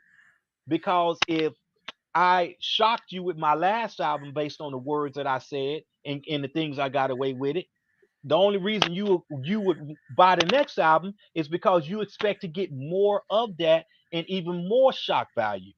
So the shock value itself becomes what is marketable. And by that shock value being what's marketable, now you lost essence to anything of a semblance of decency in terms of what am I really purchasing. And I think that's where the big disconnect is, and what the biggest problem with all of this is how much of ourselves are we willing to sell in order to in order to get a product to be purchased and consumed, because it plays on both ends. It's the one that's producing the music, as well as the ones that's consuming the music, as well as the one that's marketing it, because the ones that's marketing it are expecting the bar to get raised each time so that that product can get purchased each time. All it is we're talking about really the street level dope game, but portrayed through music. Well, okay. I might get us thrown off the air with this one because I'm gonna take it a little further than that, because when you start talking about the street game, and I see it exactly the same, but okay, here's where I kind of make the difference. Let's go back to Ye, Kanye, whatever you want to call it. Let's go back to his little red list there. And Hmm. like I said, I mean, I'm not actually a musician, but I've been around musicians all my life. So now you have a bunch of red names here that are your marketing producers and executives whose responsibility is to make sure that this particular product sells. Uh, uh, Yep. am I right so far? Yep. Okay. Then you have the artist who, in order to make a living, must make something that appeals to these producers so that he can make a living. Hmm. Okay. But where I see this going much different is that the product is not going necessarily into my neighborhood because we're not the ones with the financial equity. So we have to be able to sell this product of violence or whatever that portrays me as a savage. We have to to change the message of our music so that it appeals not to my particular audience, but to another audience that is more financially stable and enabled. So how do we break this cycle? Break the cycle when you say appeal to them, because again, to me, let me use the example of a zoo. A lot of people go to the zoo to see the wild. They want to go to the eight, go straight to the gorilla cage and the monkey cage, and the animals that's considered fierce, and the tigers, because it's that, again, it's like that fix, it's that excitement, it's that adrenaline rush. It's being able to be brought into that world temporarily, from the sake of just having again, to me, I can't think of any other word other than to say my fix. And so when this world is so much different than the world I'm from, I just want to be able to turn it on, be a part of it, and then turn it off. So the appeal that rap music had in terms of crossing over didn't have anything to do with the um with having to, quote unquote, change what I am. If I'm in an environment that's self-destructive, it has to do with me exposing you to it, and constantly projecting and promoting it and using it for you to be able to feel like, wow, that's what's really going on. And can I get to see what it's like? And it's like being able to see what it's like on the other side, whatever I have to go to that other side. And that, again, to me, it's like what the essence of what entertainment has become. That's why I talked about it when we talk about a horror flick. Nobody wants to experience what actually happens in a horror flick, but you go to watch that horror flick because you want to get that, feel that excitement and that adrenaline rush of what is actually happening, but not ever actually have to be a part of it. And the closer you can bring me to that world without ever actually being a part of that world, the more I will buy from you. So as you raise that bar in terms of the level of destruction that you're able to promote, you will get a larger audience because they want to be able to get that exposure and feel that whatever actually happened to be a part of that. And then they can cut it off and go right back to their world.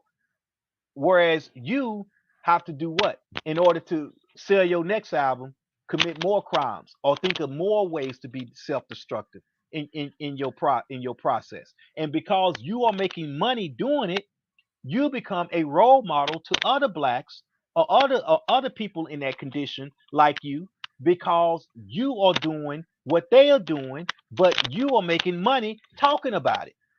So now their whole thing is, in terms of looking at you as a role model, is going down the same path of the stuff you talk about, and being able to do the same thing, talk about it too, and get and so to speak, escape, and be able to also express that and make fame and make fortune off of talking about the corruption, the crime, the poverty, the oppression, the murder, the sex, the drugs that I've experienced. And so that is to me becomes the difference between the white audience and the black audience, because the black audience is already oppressed, and in order to get out of that oppression, it's like you got to find ways to promote the oppression in a lyrical sense. But you can't promote it in a lyrical sense unless you lived it. Because how do you express that passion without actually being a part of that passion? You Then see, you so then you become a studio gangster, right? you're a studio gangster if you express it but don't really live it. That's what I'm getting at. It's like this is what separate. They look at themselves in terms of what separate one from the other. Because the studio gangster have to what they call fake the funk, whereas the real gangster gets on the mic and speaks about it, and it flows naturally because this is who they really are. So they're not really a character. They're getting paid for being themselves. They're getting glorified. They're getting financed. They're getting money for being that real drug dealer, for being that real killer, for being that real gang banger. And so that is the thing that becomes marketed, even if it is a studio gangster, it's getting marketed as reality. Remember, we also dealt with this same shift in terms of TV. That's what created this whole thing called reality TV. People started paying and wanting to be exposed to watching somebody's real life, feeling like they're a part of somebody's real life happening right now. And the same thing is what went on with hip hop or rap music, gangster rap for that standpoint.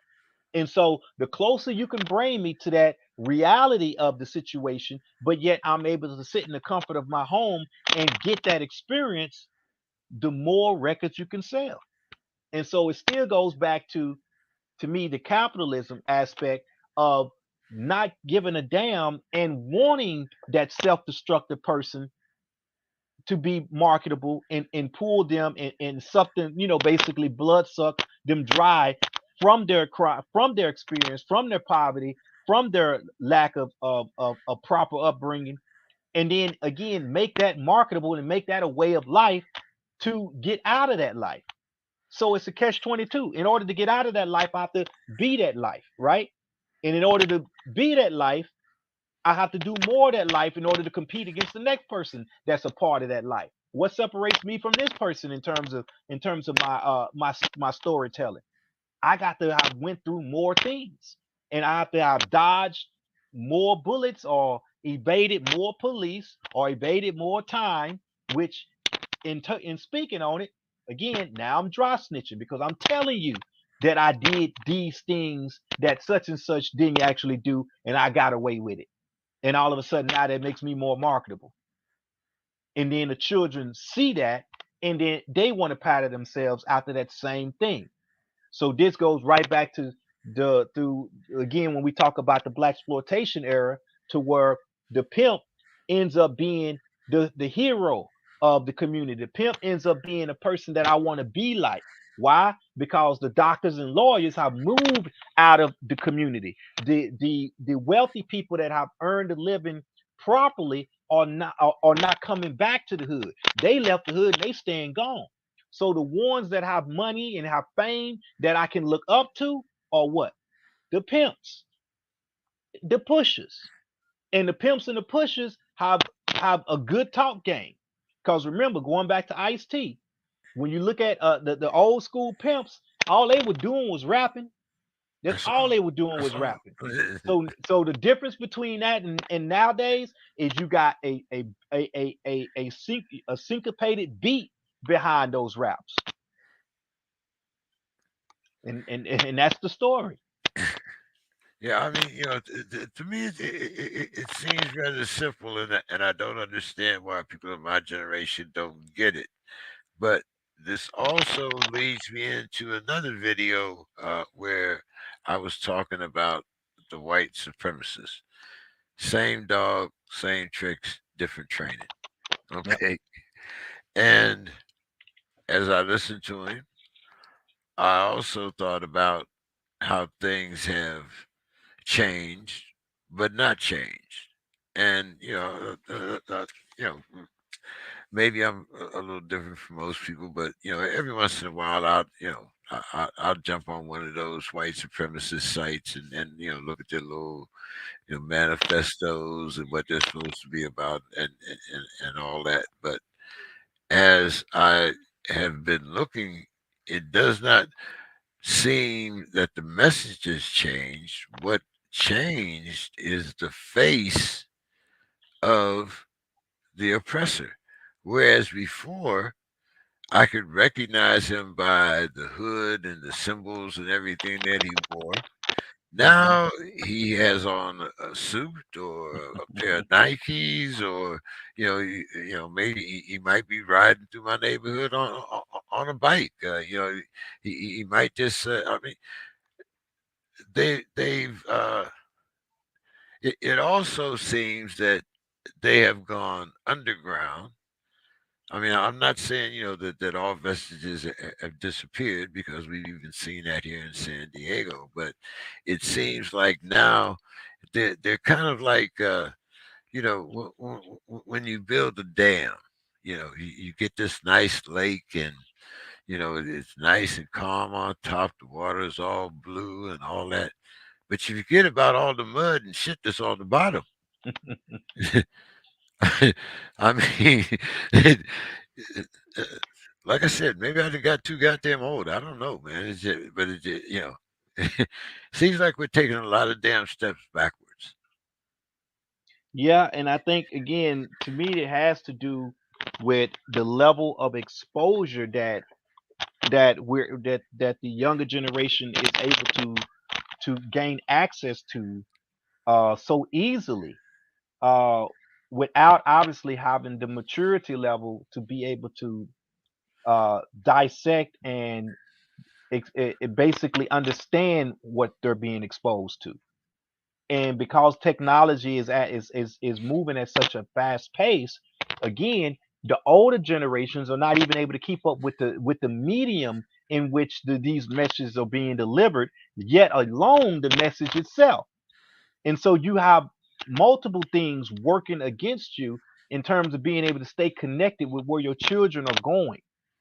And so when we talk about how it's expressed through music, and then you talk about how it's expressed through video, and then again you talk about the easy accessibility with the technology to where they can just pick up a phone and they got the whole world in front of them, in terms of what they can get exposed to.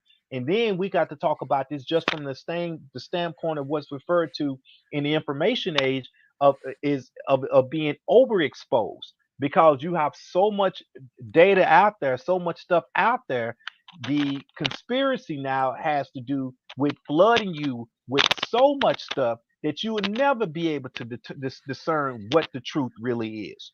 Whereas in the past, you had to dig and dig and dig for the truth, or even dig to get access to the information.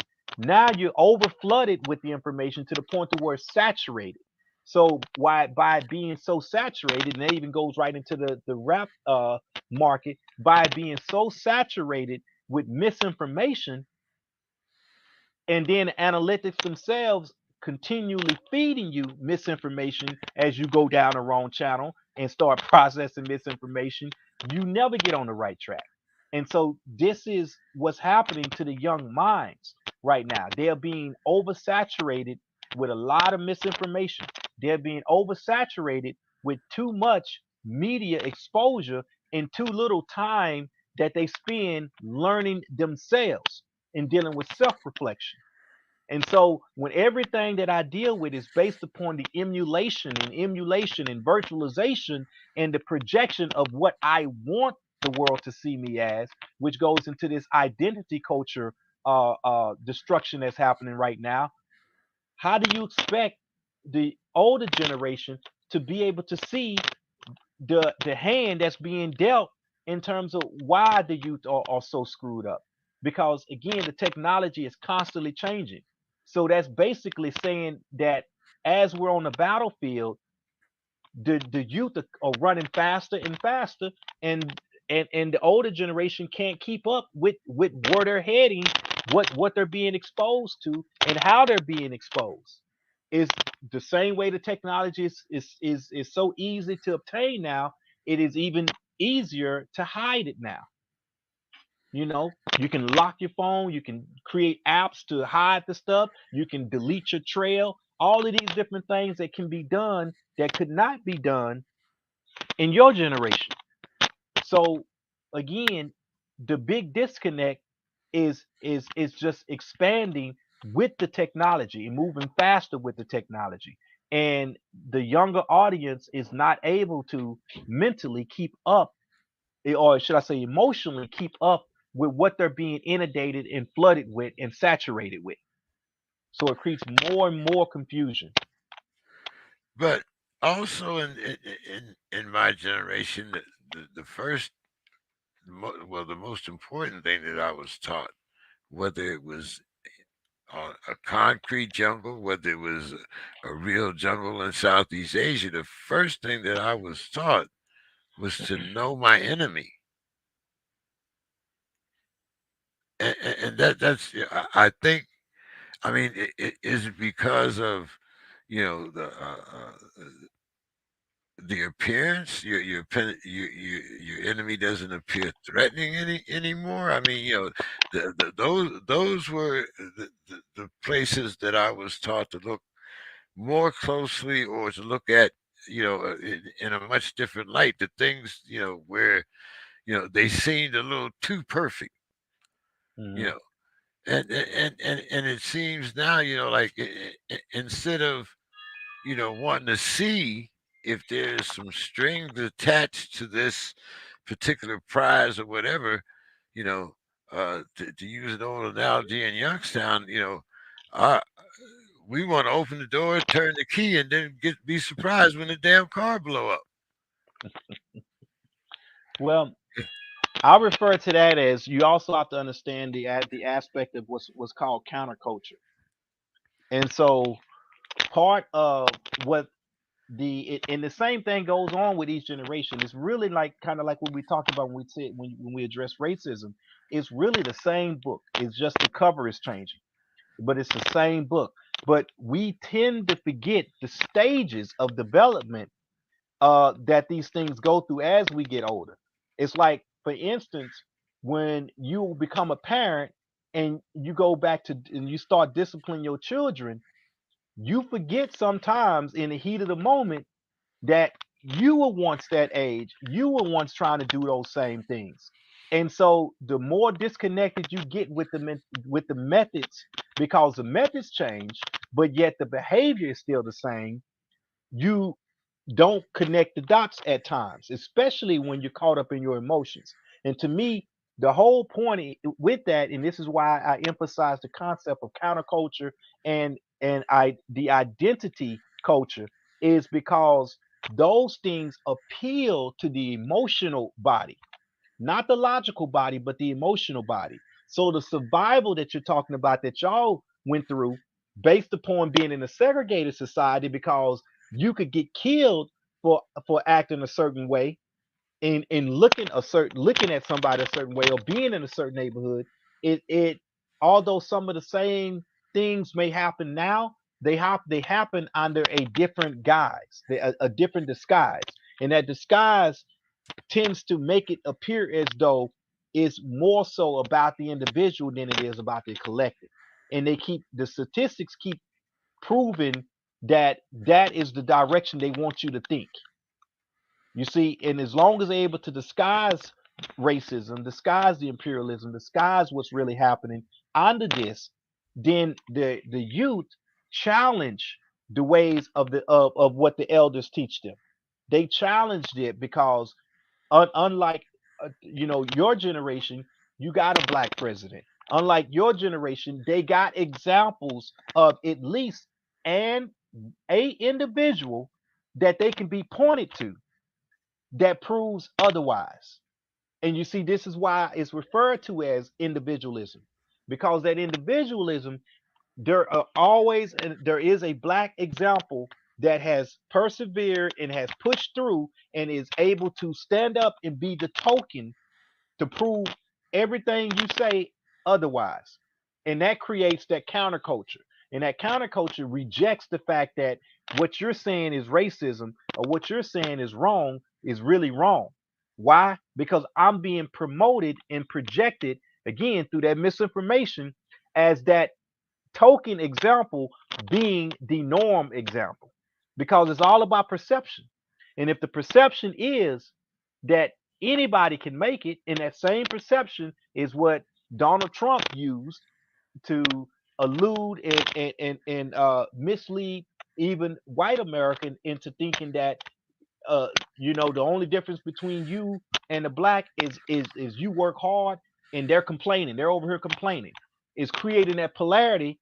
And that polarity tends to again spark the emotionalism that causes people to again get caught up in their emotions and not look at the logical pattern that this is the same thing that happened before.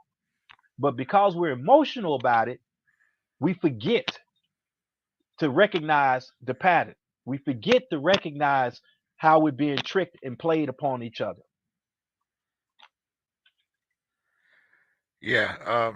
I- like I said, so it seems like we digress instead of progress, and we are the biggest perpetrator for keeping ourselves in the dark.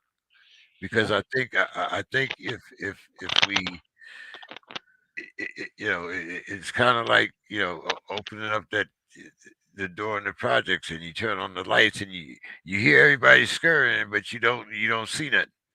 But there's roaches in the house. Yep. Yep. Yep. you, just because you don't see them don't mean they ain't there.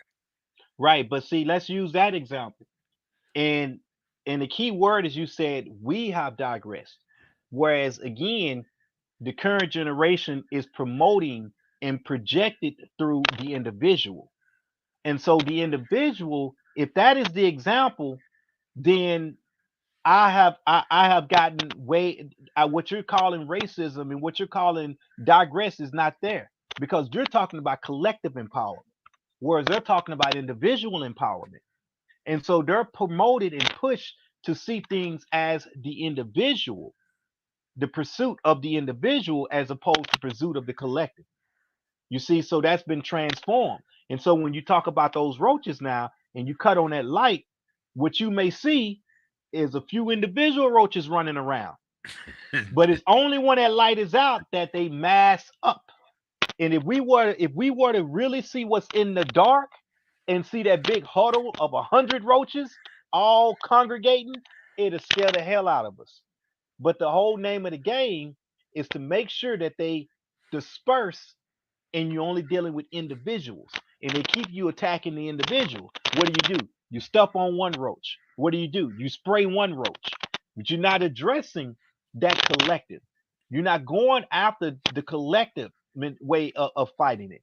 And see, they've trained us to fight as individuals, not a collective. And so when we fight as individuals, we'll never outpace the pace of the oppression because we're attacking it as individuals. Whereas our collective power, which is why the Panthers say all power to the people, has been something that has been pushed to the side and hidden away, is that we should have collective power because it's more now about what I feel like or how I want you to address me or what pronouns I want to use or what aspect of me I want the world to recognize. It's all about me, and these are feelings and emotions, and we lead our fights and our struggles now through our emotions as opposed to collective logic and operation. So yeah, we have digressed, but as individuals, we have gained ground, and that's the trick right there. Well, also, I think part of the trick is that we are told who our heroes, or who our heroes are supposed to be, or at least um um wow. Okay. I got the shovel. I might as well dig it a little deeper. Uh, uh, inclusion. I mean, just like all information is not meant for everyone. I mean, I, you talk about individuals and you talk about cooperation, but can you have a working society to where you have complete inclusion? Because history has taught us that this doesn't work. Well, this is the whole different. This is the whole thing about that we have to look at, because now all you're talking about is what inclusion should be is the aspect of globalization as it applies to fair, what we call fair trade, which is almost unheard of. But the position is you have to step to the table of power with power. Inclusion means that me and you can sit across the table with one another as equals, because I know my power base and I have a solid power base, and you know your power base and you have a solid power base. So we are exchanging based upon our positions of power. That is inclusion. But what inclusion is not is the oppressed sitting across the table with the oppressor and thinking that it can negotiate how much oppression it wants to be dished out. It don't work that way. So the whole point of the separation has to be so that you can build a power base. This is what Marcus Garvey was working toward.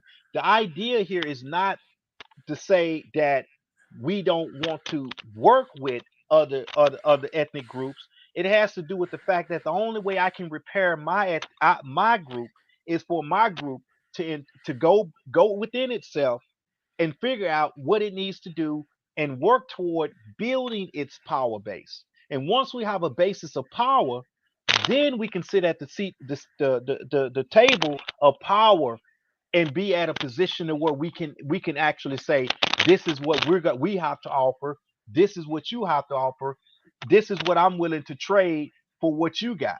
See, we're not in a position of trading anything. What we do now is trade our livelihood as a means of consumption for those that produce. They are the producers, we're the consumers. That is not sitting at the table with a position of power. That is sitting at the table with one side being a bloodsucker, the other side basically being the pint of blood to get sucked. So what I'm gonna do? I'm gonna fight you with with my blood that you gonna suck. That don't make no sense. That's not a position of power. It's not a position of power to go to the table and have the, well, I'm gonna beat you by turning the other cheek and letting you get wore out, beat me across my face. That's not a position of power. Even from a martial arts standpoint or a combative standpoint, the ideal would be able to use what you call borrowed energy. So if every time they throw a punch at you, you beat them up with their own energy, but you don't let them smack you across the face and think that you in a position of victory. That's absurd. But the only reason I feel we see things that way, again, is because we lead through emotionalism and reactionaryism and as individuals. And by doing so, again, you can always find that one example that goes back to that hero that they want to promote and project to make you chase these lottery tickets in terms of the actual getting through and breaking through the cycle and the barrier of what it takes to actually make it. And it's no different than how, for instance, the average kid may look up to a sports player as being who they want to model themselves after. When you're talking about at that point, you're talking about, and I like the way Kawanza Kunjufi put it when he talked about counter conspiracy to destroy black youth, to where he talked about, you're talking about somebody who's one, I don't remember the specific words he used, but basically he said you got majority of our kids going after one position out of a million for a 10-year period for you know basically looking for a job that's going to last 5 to 10 years, and one out of a million people is going to get that job. And this is what they promote and project. Why? Because that creates a sense of hope and a sense of false purpose. Because if you got everybody going after something that obviously can't be filled but by a few people, then that is that pursuit. And as long as you can keep me pursuing, in essence, think of a virtualized hamster wheel. I'm on that wheel, turning. I may not be going anywhere, but I don't know that because my eyes are looking straight ahead and I'm looking at my goal. And so I'm just spinning, I'm turning. And because I'm fueled through my emotions, I don't even see that I'm going nowhere. It's only when something is stepping back and looking at me from afar does it see that I'm on a hamster wheel and ain't actually going nowhere. But me in the center of that wheel, looking straight ahead at my goal, I think I'm moving. And that's where we are. Why? Because individuals operate on hamster wheels. There ain't enough room on that hamster wheel, that same wheel for a collective. A collective can't operate on a hamster wheel, but an individual can. An individual can have a tainted perspective and point of view that can keep them on a hamster wheel. And so that's part of the psychology that they use and that the generations fall for. Yeah, having been an athlete and covering the sports, I understand that perfectly. Uh, I interview a lot of boxers, a lot, like you say, baseball, basketball players, youth, with those dreams, and I do understand where you're coming from. But I also feel that a nation without dreams is a nation without hope. And I've also talked about how hope has been weaponized against us. Hmm. And uh, me and you could probably keep on talking for hours, but uh, why don't you kind of discuss that as your last thought, and we'll talk next week, and hopefully Mr. Scott will be here. All right, so I just end on talking about basically kind of going into the same pattern I went into with hope. The deal is how you project hope and what hope you project.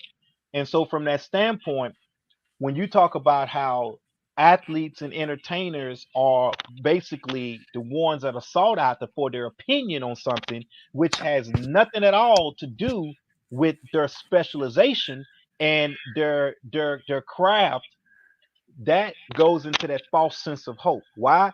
Because since this person is what you want to prop up as a role model, which is living in a position to where the masses cannot associate with, but yet that's who you prop up as an example, as the role model for them, then what you're doing at that point in time is you're creating and utilizing a construct of false hope. And that false hope gets repeated and constantly repeated. And again, when you talk about programming someone's mental capacity, whatever I constantly put in front of you, that is what you tend to look to towards your perception of yourself. So when they see this quote unquote Superman, and that's all they see all the time as being Superman. If Superman happens to be this white person in a red and blue jumpsuit with a cape, and that's what you are promoted to me as a hero, as opposed to my own father, as opposed to somebody who has got a powerful education and utilize their mind to to emphasize where they want to go, as opposed to somebody who has so much amount of expenditure finance that they're able to blow their money, versus promoting somebody that recognizes accountable spending and is able to still uh, have enough money to put food on the table, roof over their head, and do things in the community with that extra surplus money, as opposed to being a consumer with that extra surplus money. See, those are the type of role models we're talking about. One role model is propped up that is able to blow money and promote consumerism and consumption. The other role model that you don't want them to see is the one that would take that same extra money that they got and put it back into the community and raise the level of empowerment of that community. So that false sense of hope is all geared toward keeping us in our place as consumers. And the sooner we recognize that in terms of what's going on, in terms of us being on a battlefield, the better off we'll be. Because right now, that weaponized hope is based around continually keeping us perpetually in a cycle of everything that can cause you to be a non-accountable spender, everything that can cause you to go in debt and utilize credit and utilize just not knowing how to deal with what's referred to as having a financial IQ. So therefore you stay indebted as an individual, because collectively we wouldn't be in that position, but as individuals, we can remain in debt for the rest of our life. And so this is what is promoted and weaponized against us in terms of a hero and a shero. And so we have to be able to see that this is what's happening to us. Take a step back and identify what a hamster wheel in 2022 looks like. Because unfortunately, when we say the word hamster wheel, most of us are looking for a actual hamster wheel. Because again, our perception is warped.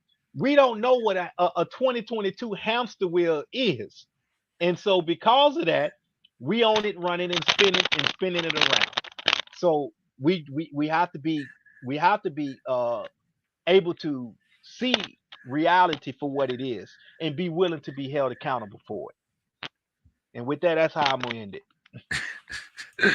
All right, Brother Williams. As always, I appreciate you educating our audience, and I do want to have that conversation about the difference between hip hop and gangster rap. And hey, as always, I appreciate your time. Want any events coming up for the Panthers here in San Diego? Anything you have going on? Well, and Oh, you froze up there. Try again. oh, there you go. I Okay. apologize. I do want to say, unfortunately, we had one of our members, Patrick Jeremy, that passed away, and so we're just preparing for his funeral and doing a tribute for him. So when our elder Panthers passed away, and so we're dealing with that right now. Is there anywhere we can go to get information? Is there any service or anything? It just happened 2 days ago, so we're still putting this stuff together. But we will be posting it on our Facebook page, San Diego Black Panther Party on Facebook. All right, Brother Williams, thank you so much for joining me, and I appreciate your time, and I look forward to talking to you next week. Yes, sir. All power to the people. All right. Well, kind of short program tonight. We missed Miss Sims and Mr. Scott. We hope Dr. Casey gets well, and we hope to see her next week. Thank you all for joining us. And as you know, you can find us on Facebook under the political consciousness of West Coast Steel fan. We can also be found on YouTube as well as our other Facebook page. So thank you for listening, and we look forward to talking to you again next week. Uh, Hit that like and subscribe button on YouTube. All donations go to promoting our pages and our podcast. Thank you so much for listening. See you next Monday.